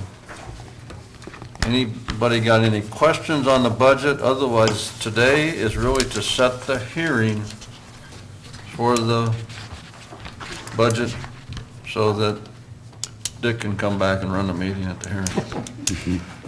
I do have a question, Rex, and this is mostly for my own education. Last year during budget, we ran a deficit, okay? Slight. A slight deficit Yep. on the promise or the idea that in 2 years, not this year, 2 years, next year, there will be a surplus. Okay. Can you kind of explain that to me? And is that still on track from the comments last year? Well, first of all, every year that I've been here, I think every year, and Bev will correct me if I'm wrong, we've amended the budget anywhere from 6 to 10 months into the budget year Okay. for actual items. And we've not amended to, per se, hide something or whatever. We amended things because we needed a street Necessity. project. or- Necessity, right. Yeah, something came up, we had a loader that broke down or something like that. The idea of the budget is clearly that this is just a roadmap. This is a starting point. Remember, this is a budget that doesn't even start till July 1st. So we're 4 months away from even starting. And it's an $8 million city budget without our enterprise funds. So there's a lot of expenditures in it. So the idea that in any year that you can get within 1% either way of the number is pretty amazing. The biggest thing that we've got to do as a city is we're supposed to maintain approximately 90 days of cash reserves. Because we don't get our property tax money until 90 days into the year. So we don't want to be borrowing for the first 90 days and then catch up at the 91st day. We have been leaner. Bev reminds me that there was times when I sat here that we were down to a dozen days. She was very nervous. It didn't work very well. It wasn't really very good planning, but we did it, and we managed through it. I think currently, and the city report's not, I don't think, been issued yet, but it's like 86 or 85 is what my guess is we're gonna be just a few days short. Okay? But that's as of the last June 30th, which we're already now 7, 8 months into it. We've been doing pretty good to be right around the 85 to 91 days. We're trying to do that, we're trying to stay in that kind of range. But whether you're ahead or behind on these numbers by 30, 40 grand is I mean, yeah, we don't want to spend money foolishly, and I think, even our 30-minute dissertation on a CVP shows that we're in tune to spending every dollar the right way. But on all this kind of stuff, when I've got utility bills, I've got overtime estimated, I've got IPERS, I got health insurance, we got to do bargaining unit this fall, right? What guess are we putting in there, The best guess.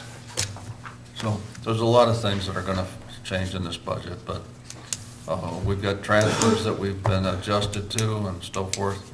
So, I think it's a pretty reasonable budget, and I think it will get us closer to the 90 days, I guess is what I'm saying. But my question was, last year, we were told of a windfall next year. Is that still on track? And I think the windfall's gonna be that we don't have $1.7 million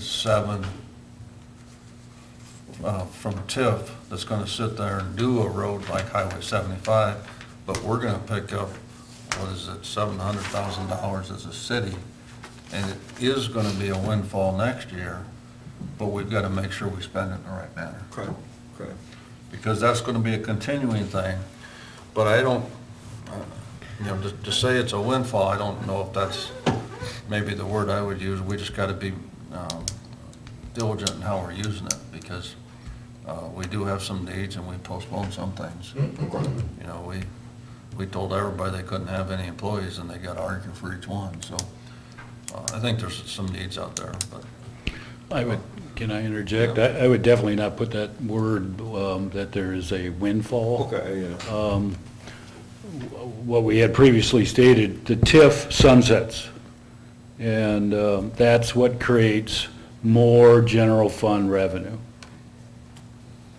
when that TIF sunsets.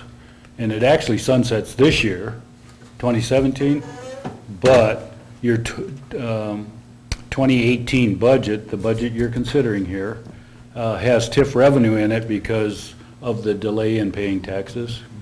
Okay, so 2018 will be the last year that we get the results of the 1.7 that Rex quoted.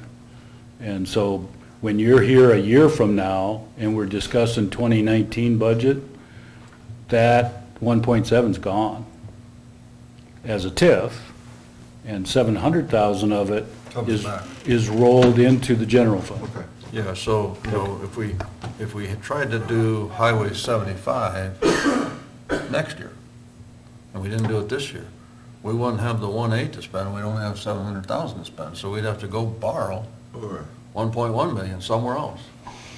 And that's what we've been real fortunate with, and that's what people sometimes tend to forget is because we've had the revenue that has exceeded expectations out in the industrial park, we were able to put together a public works building, we were able to put together a fire station, we were able to buy fire engines. We were buying, you know, bought different things, we did road constructions, those kind of things. Most cities had to buy that with bonding and debt. And we haven't. Okay. So the thing that's really amazing is if you want to go in and have a nice discussion, I can have a nice discussion about the city's debt because it's phenomenal right now. There ain't any. Right, it's non-existent. And I don't think there's any city around us that can claim that. But does that mean that we're in the best shape? I think we can still do better. You know, why does Scott want to talk about the CVP if we're doing so great? Because we want to make it better in every item we got. But I think that, yeah, it's not a windfall because you're going to find when you get to that money next year, you're going to sit there and say, well, where did it come and where did it go? Well, we've got now this road project or we've got this fire truck to purchase or whatever like that. No, and that is probably a bad word, but for lack of That's all right. a better I term, mean, you know, I understand, and that's, I think that's what people always think, is that all of a sudden, we're gonna get a bunch of money and we're gonna go spend it. Well, I think if you look through all the spending we've done, we've been very frugal, Okay. very frugal. So, motion accepting the 2017, 2018 annual budget with a middle levy of 12.5, establishing March 7, 2017, at 12 p.m. as date and time for public hearing on the fiscal year 17-18 budget. Do I have a second? So moved. Okay. All those in favor signify by saying aye. Aye. Okay. Moving right along. Council, Mr. Rexmick, anything? Yeah, Scott, since we selected the temporary site for the library, I've had some concerns expressed regarding the stairways that have to be negotiated to get into the library. Could you briefly explain to the public the methodology we used and why we ended up with the Eagles as the desired location? Well, we looked at 6 locations and just essentially evaluated each location for costs and for suitability. And two of the 6 that we looked at really couldn't be used. They were almost fully occupied, and so for us to squeeze a library in there just wouldn't work. 2 of them were 2 times the money, and they had the extra caveat that they're both trying to get either a long-term tenant or they're trying to sell the building. And so we kind of shied away from them just because of cost, number 1, and number 2, because they were trying to do something different than what we were proposing. As you all know, for the library, we're looking at a 6-month lease. And what we broke with the Eagles was a 6-month lease. So it's relatively short term, I think, in real estate terms. It's a short term, and I think we were lucky to get the Eagles to say yes to that. The drawback from the Eagles site is negotiating the stairs, no doubt about it. Whether we go up or down, you have to negotiate stairs. If you go up, it's 1.5 flights. If you go down, it's a half a flight. And we intend to make it known that we will assist anybody that needs assistance in order to get into the different levels. The second story, which has got the flight and a half of stairs, we hope to use that primarily for children's events and summer reading, which starts in June, goes all the way through July. And because I think the kids can negotiate those steps probably better than most. And therefore, there's only a half a flight of stairs that would have to be negotiated by the general public, if you will. And so we thought that that was probably the best fit. Thank you. Yep. That's all I've got. Anything, Clark? I do not. Kenny and I passed too, so let's, we want to do city administrator, or we want to do these reports first? We should do the reports first. Okay. So Stu would be the first one up. Okay.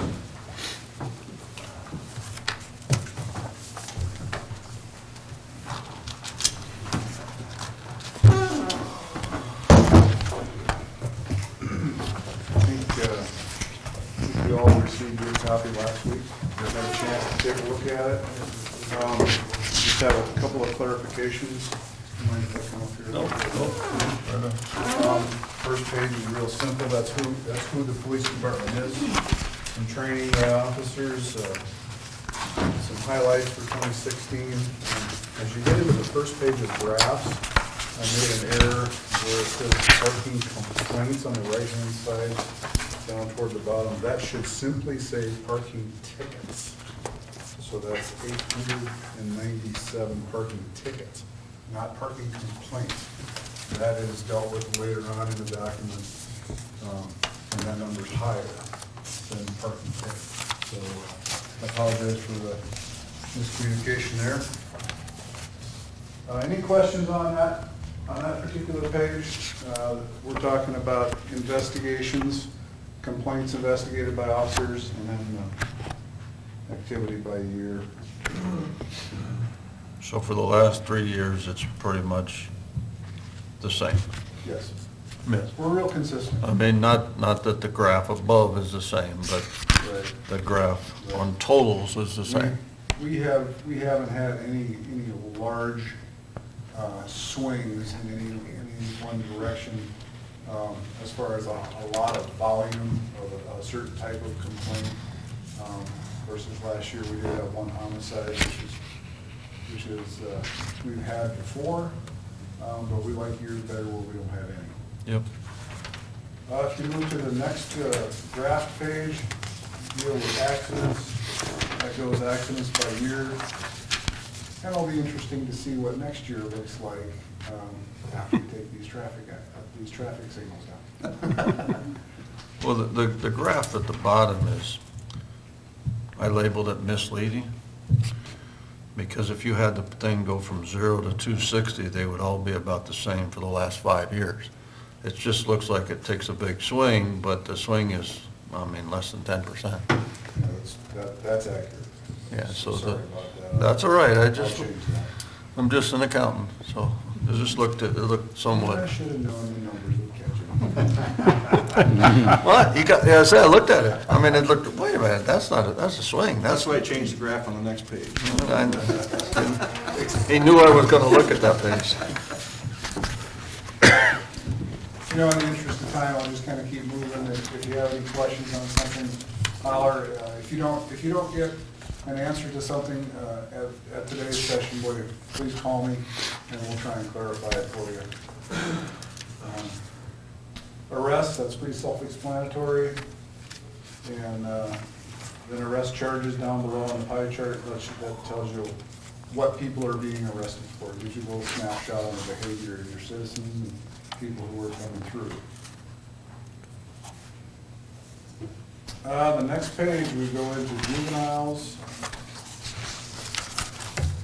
It's always reassuring to see those numbers go down.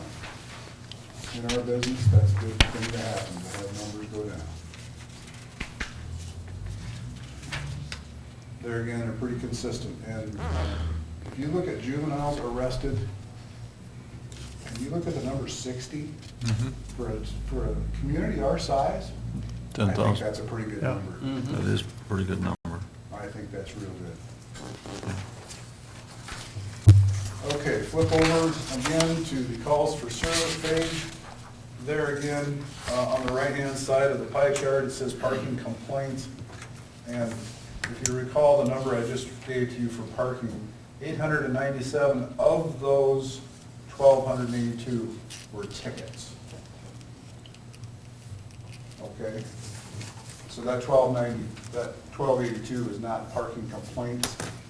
The balance between the 897 tickets and the 1282, that balance is complaints.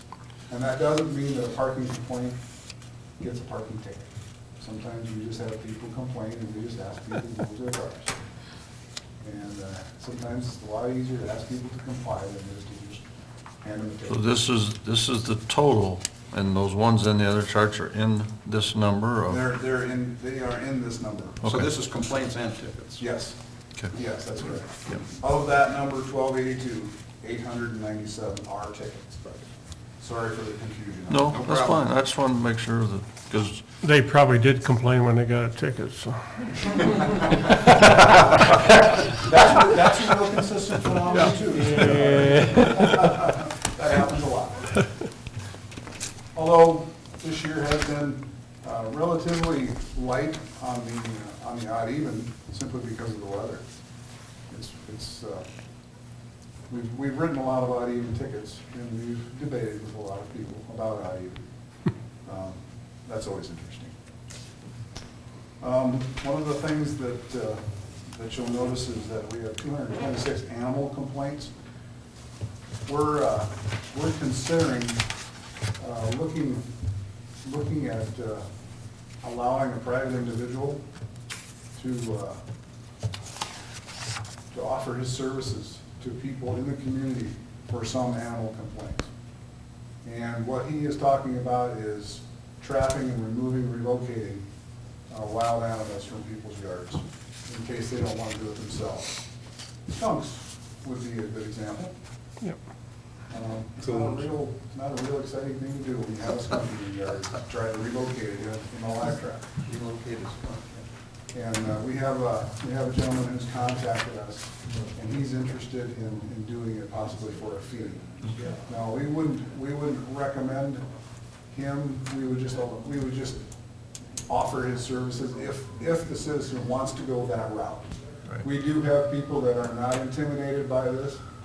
They want a live trap, they borrow it from us, and they deal with it.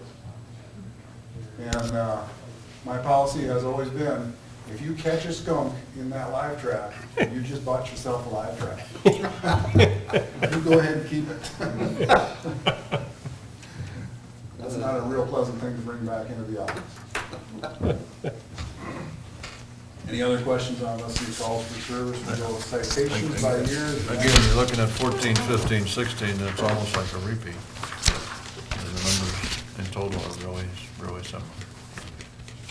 You know, maybe not, the issues are not the similar, but the number of calls are the same. We're hovering right around the same number. Yeah. I'll tell you, one of the things that we do an awful lot of, and it's a real frustrating part of what we do, is we deal with a lot of folks that are victims of scams.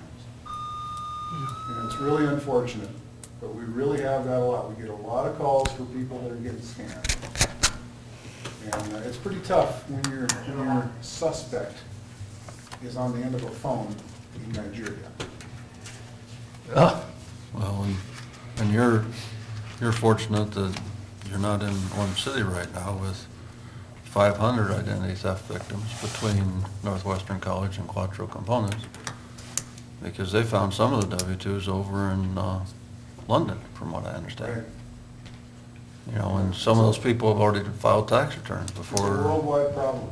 Yeah, and, you know, the number of what's called suspicious emails or suspicious things that I've been getting used to be one a year, and I think I'm well over 100 so far in this month.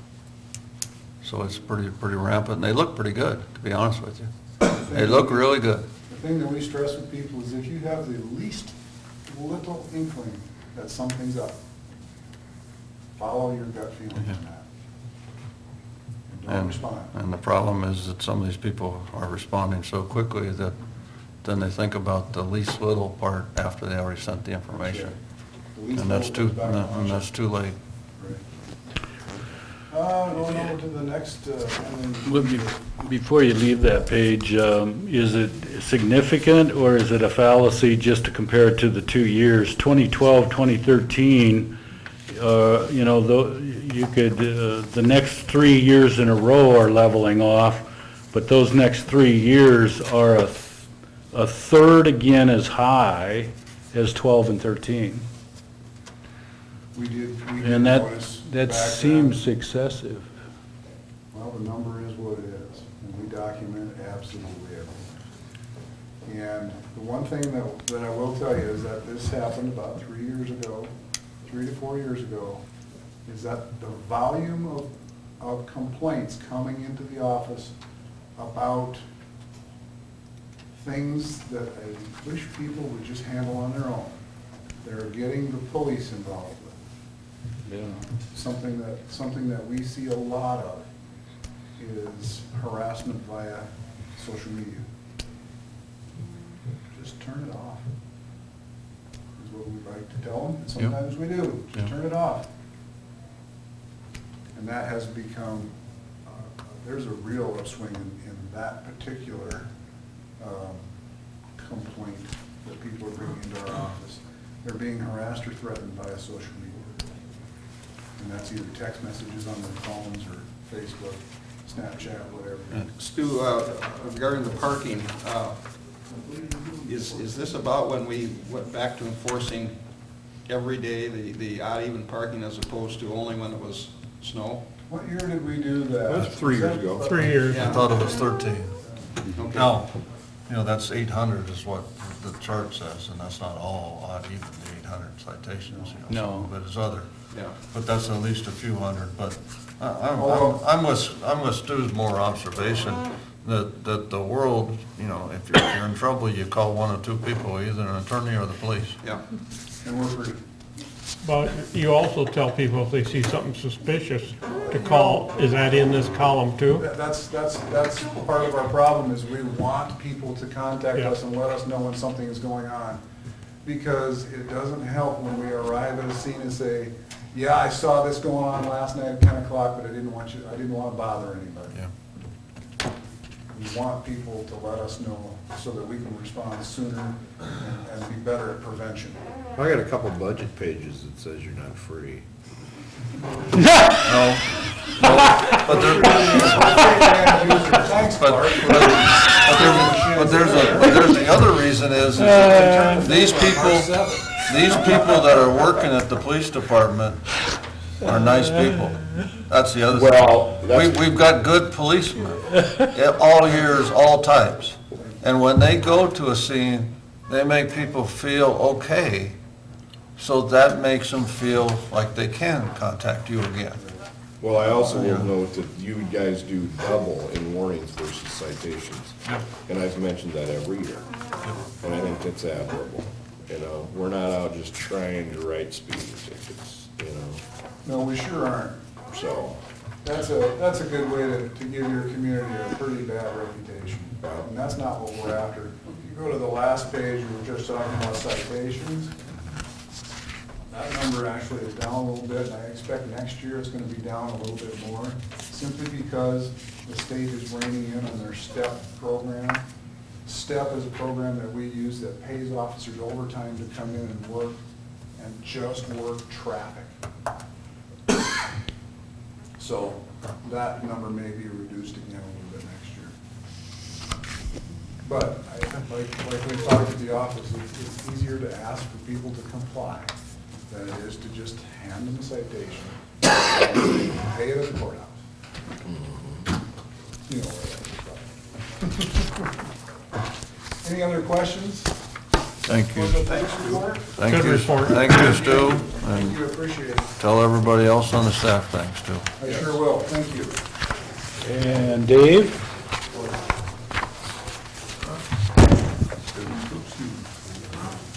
Thanks, Dave, for the report.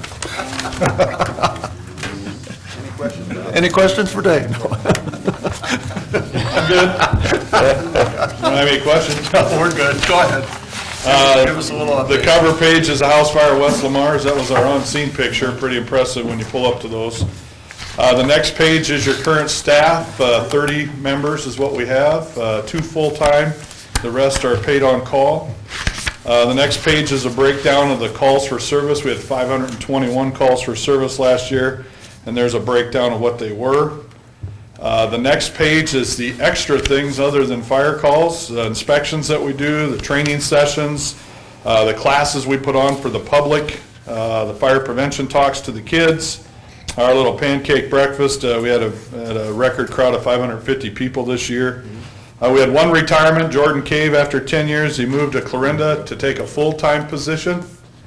And then we added 4 new members last year within the last year. And then at the bottom of that page shows some of the things we fundraised to purchase that we didn't have to ask for in the budget, including that grass fire vehicle that you saw, a command vehicle, a Tahoe, some hose, coats, pants, fire helmets, that kind of thing, uniforms, a lot of loose tools, and sent some folks to training. The next page is donation hours. We do a lot of donated hours, even though the folks are paid on call for fire calls. That's everything from the different homecoming events we help with to the fair. All those are donated hours, over 700 hours donated by your fire department last year. The first graph page is next, and that's the calls for service over the last years. As I said, 521, and then the next page, the graph breaks that down into the actual call types.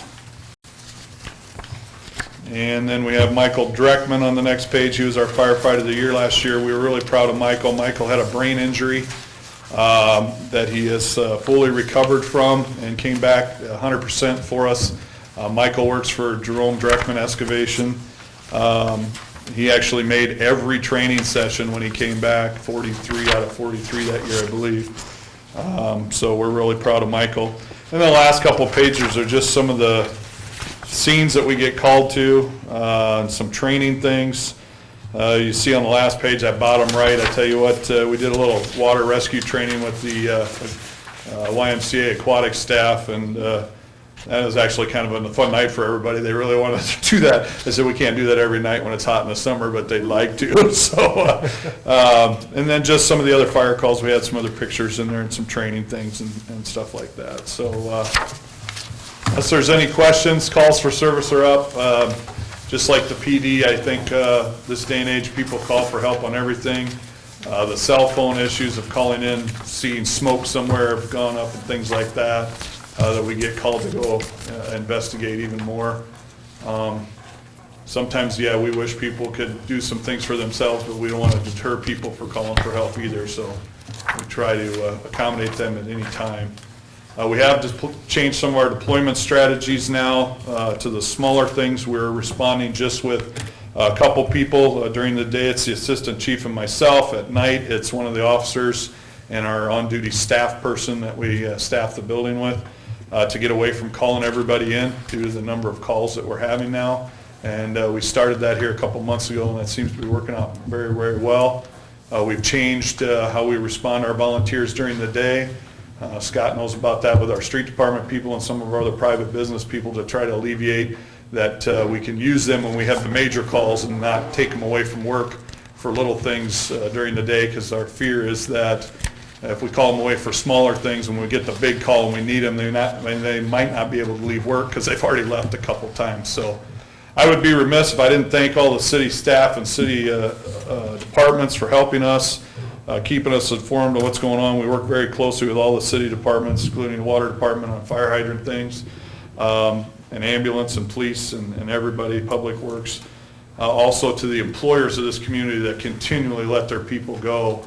That's what makes this town so great. When other towns see what we're doing in the fire department and how we're handling things, we're a model for other communities of how we're doing this, and they're trying to figure out how we can get away with doing it. And we've lowered our ISO score to a 3, which is in the top 4% in the country. That's amazing. And we're maintaining that, and we're striving harder to even be better. So I got to thank the business folks for letting their people go every day or every couple of days when we need them. I got to thank my staff when they work all night at a fire for 4 or 5 hours and then they go to work the next day. I know they're tired, we're all tired, but they get up and continually do that, and it's really appreciated. It really is. And they get to see some things that a lot of folks don't see. We had some bad fatality accidents this year. We did some debriefing for our folks. You know, it hurts us all. They get to see the community in its time of need sometimes. You get to see people in their worst situations, and you try to make it better for them, and hopefully we're doing that. And I think with our donations and our public support, it's obvious that we are, and that's a tribute to my staff, not just anything for me. They make me look good, and I really appreciate it. Questions? Anything else? The 1213 seemed to be in sync and on a parallel line with police calls for service. I can't answer. You're about a third, Yeah. if you compare 16 to 1213, you're about a third higher than 1213. And they went from 6 to 8, so that would be a third higher too. They're both Yeah, police yeah. and... So all of a sudden, 3 years ago, people just decided they were gonna call more. And I think they really did. I don't think it's just Lamar's. No, it's all over. And I'll tell you, when I hear the police calls too of, times have changed, when somebody calls because their 4-year-old's out of control and they want the police to come help. I remember when I was 4, when I got out of control, it was Wayne Chipper that showed up. It wasn't the police. And, times have changed. And I'm going to be honest with you, and some of the requests we get, we have to turn down. We've been asked to help put tents up in backyards and all kinds of strange things that we just can't fulfill some of those things because we have to be available for emergencies. But I think the phones and cell phones and the text-to-tip 911 stuff, you get a lot more now. Everybody's got a phone and they'll call anything in. So we still have to go check those things, but like I said, we've had to change our deployment strategies because of that. We're not sending everybody to go check some of those things. No, but it's And we're good adapting. information. The reason I think Scott's bringing it up, it's good information for the radio and the Sure. TV and the newspaper and everybody to share that, because that means the cost is going up. Yeah. And that's the property tax dollars cost, is going up to respond to somewhat inconsequential items. Now, again, we're not saying to not call. Right. We're just saying, is it really an emergency? And, it's And easier we for have us. some things that used to get run like an emergency that we're not running like an emergency anymore, just for that fact. We still go check them out, but we're not dumping 30 firefighters to something that takes a couple.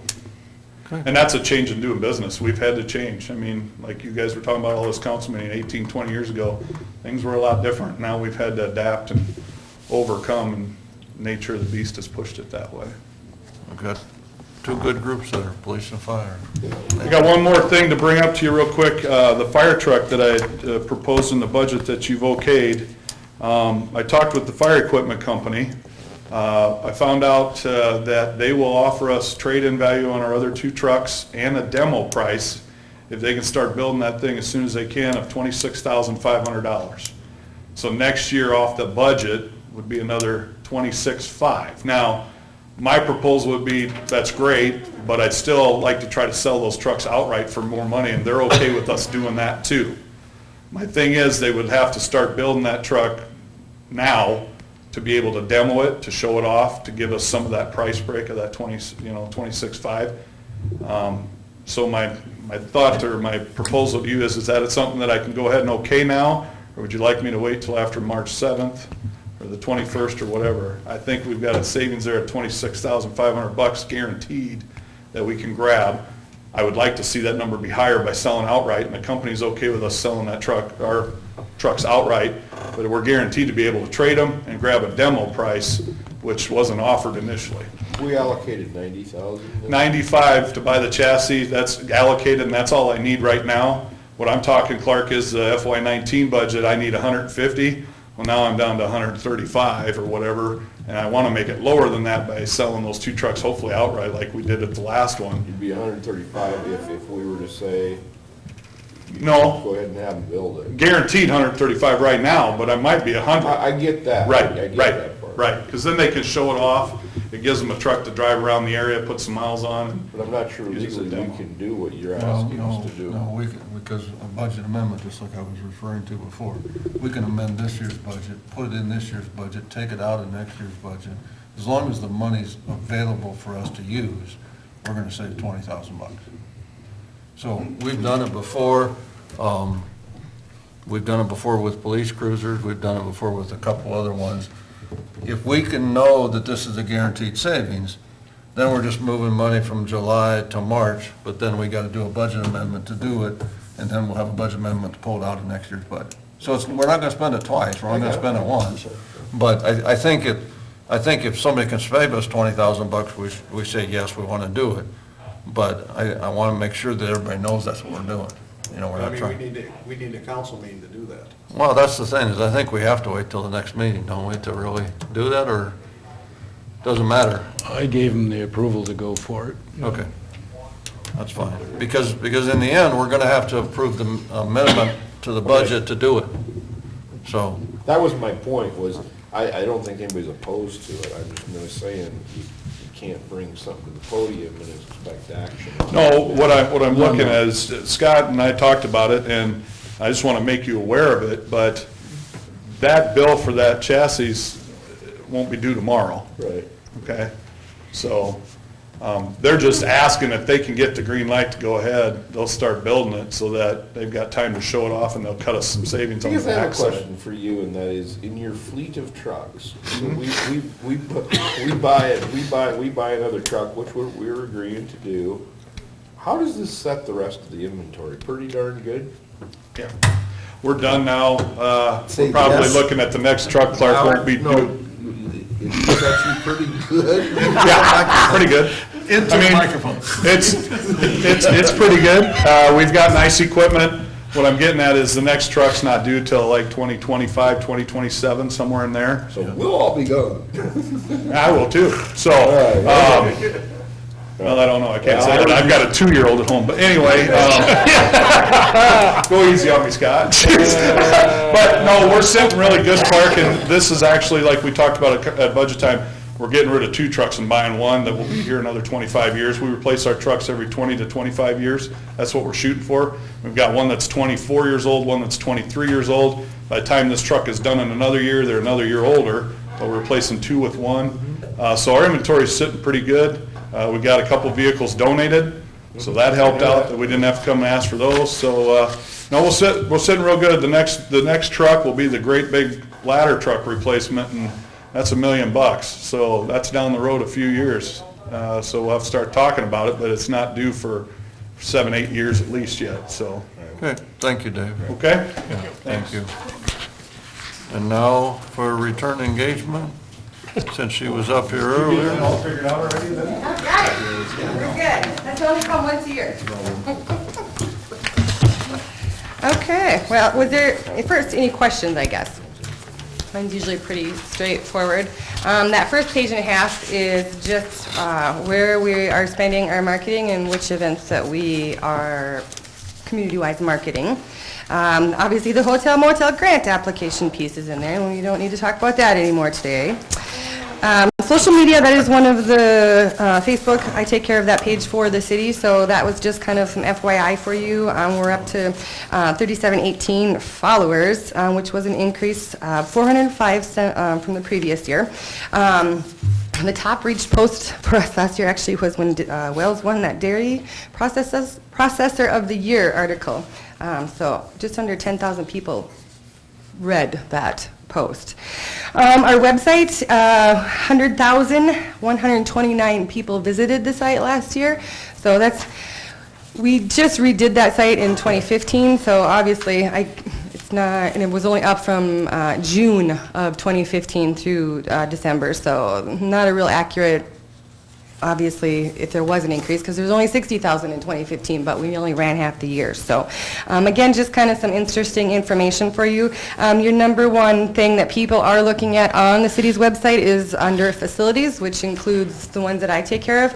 It includes your campgrounds. It includes all of the parks that are in Lamar. So that is primarily the number one spot that people are going to look.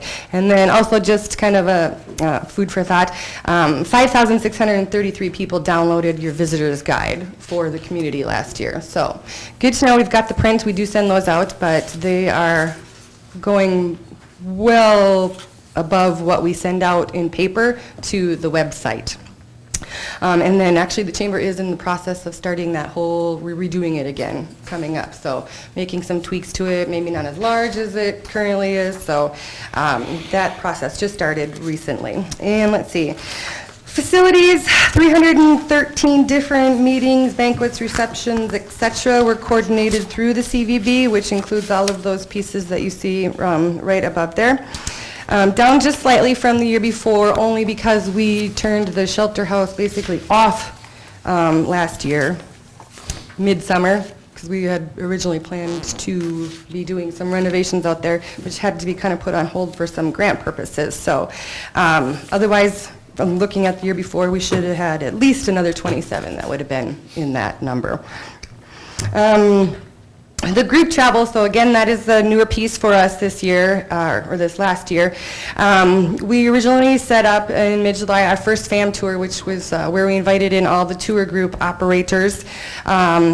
And then we did a second one in October 12th. We had 23 of those people actually attend, and out of that group, 8 motor coaches booked trips to come back to Lamar's. So we're hoping to do that again this summer.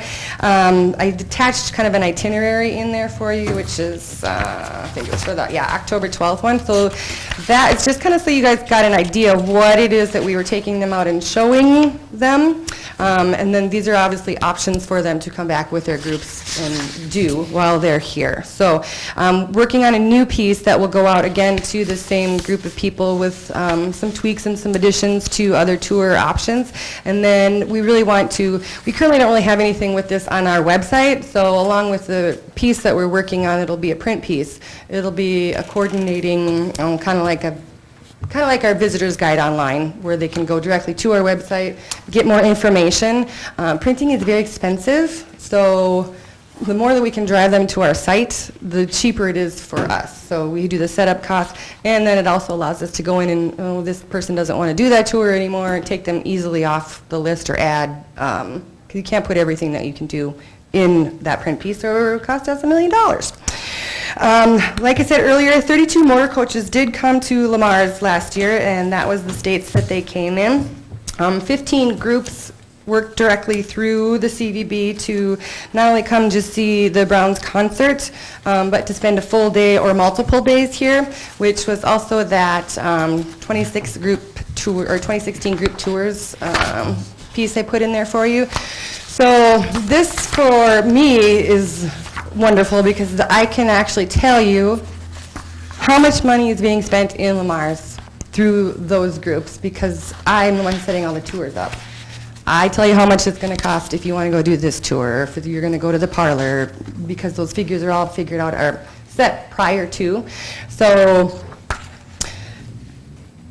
I think it's wonderful for you guys to have. You see what we're trying to do, and it does make a big impact in Lamar's with those buses coming here.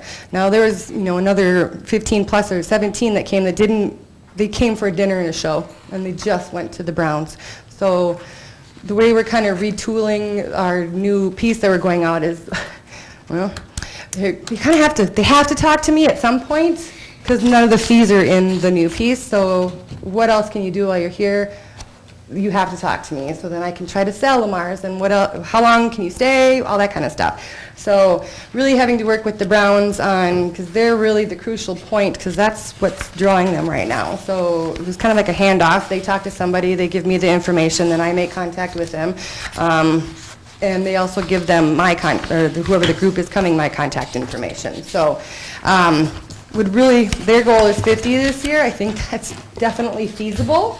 I know we would like 100, but I don't know if I can handle that many, but we'll see what we get. Let's see. She never takes a breath. I was just gonna say. I don't know, I'm a I mean, talker. I was gonna ask if she wanted to come up for that. Seriously, She's type A and goes like this, even in the meetings, just goes. And if you're trying to get a question in the middle, you just gotta wait. Yeah, well, probably it is that when you're doing radio or the TV spots, you get a minute and 2 seconds, or you're bumped. So you gotta get it all out as fast as you can. She does an awesome job with that, you ever because thought about advertising the Iowa magazine? Yes. Because the Iowa magazine, you open it up, you see Storm Lake and Keokuk. how much did we figure out it was? I'm sure it's spendy. Oh, yeah. Really Like, good. what is it for? Couple thousand For a year or per? per run. For a quarter of an eighth of a page. Oh, yeah, What's it, I know, they're 2,000? not that big, they're not Yeah, that they're- big, but they sure seem to to be out there. We tried it, we thought. They're the Iowan, Our Iowa, there's a group tours itinerary magazine that we are looking at. Where can we get the best bang for our buck, because we don't have all this big, huge pool of money. So, yes, no, the Art Center was just in the Iowan. Yeah, there was a piece that was written on them. So that's a little bit for us, that it was an article, so it wasn't just an ad that they placed in there. But yeah, they're very expensive. I think the group tours, group itineraries magazine, that was like $2,300 a run for a box about this big. So it's not cheap to do it. I think it's probably low. Page 3 there is just the different places that I go. I'm on the board of directors for the Western Iowa Tourism Region. So those were our meeting locations. And then obviously the Iowa State Tourism Conference. I used to also be on the board of directors for the Travel Federation of Iowa, which was the legislative branch. But we just got a little too crazy this last year, and when my term was up, I did not want to do that one again.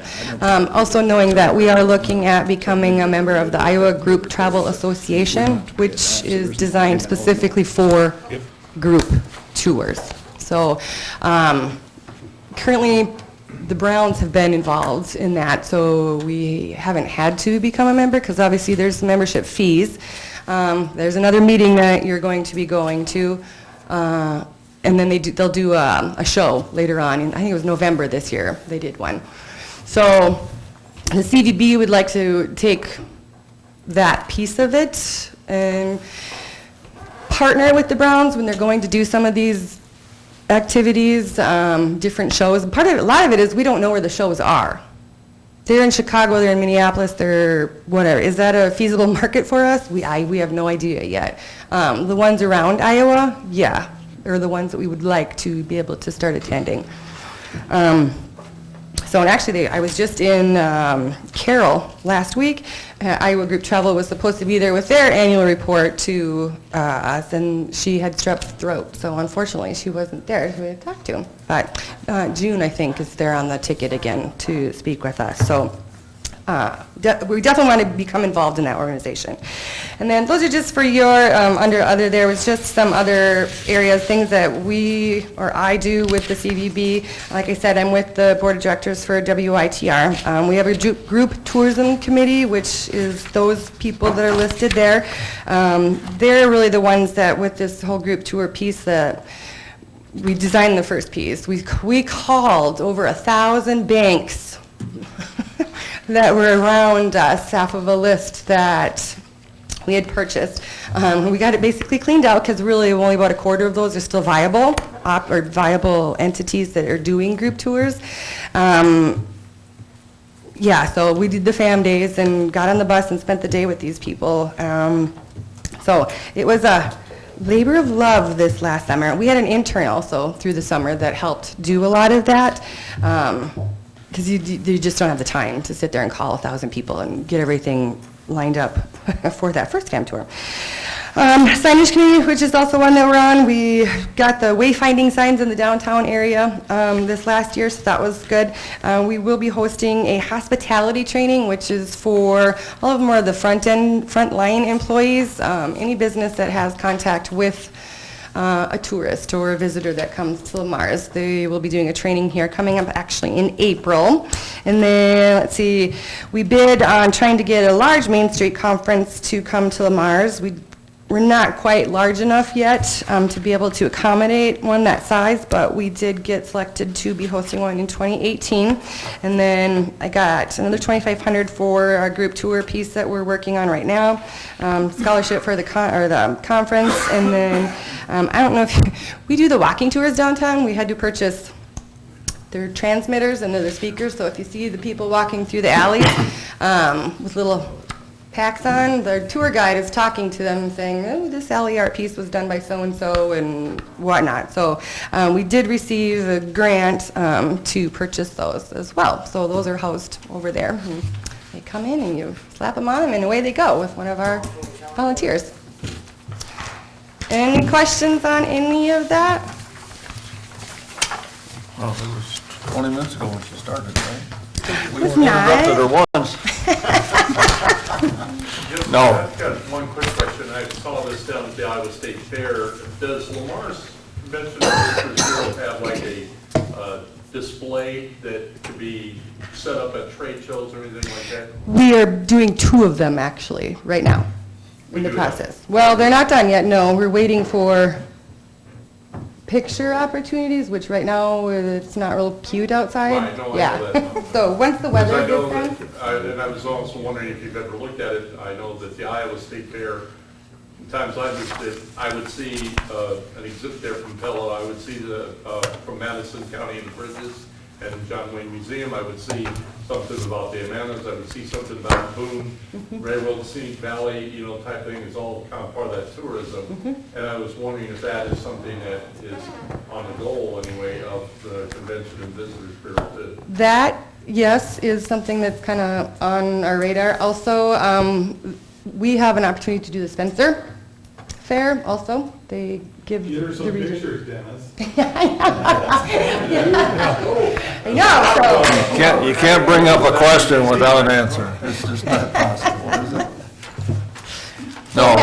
No, she's, I mean, and like Jessica says, she's been very successful in getting some grant opportunities because she's been very active trying to showcase Lamar. She's a go-getter. She's been wonderful to work with. You know, Dave sits out there and goes, gets money for his fire equipment, and, you know, the police department just wants to be rather nice to people versus rather mean, which is really kind of a nice little trio here, because we don't have many problems with any three of these groups. And, you know, my fancy word is they're all keepers. You know, we want them all to stay in Lamar's and keep doing what you're doing, so.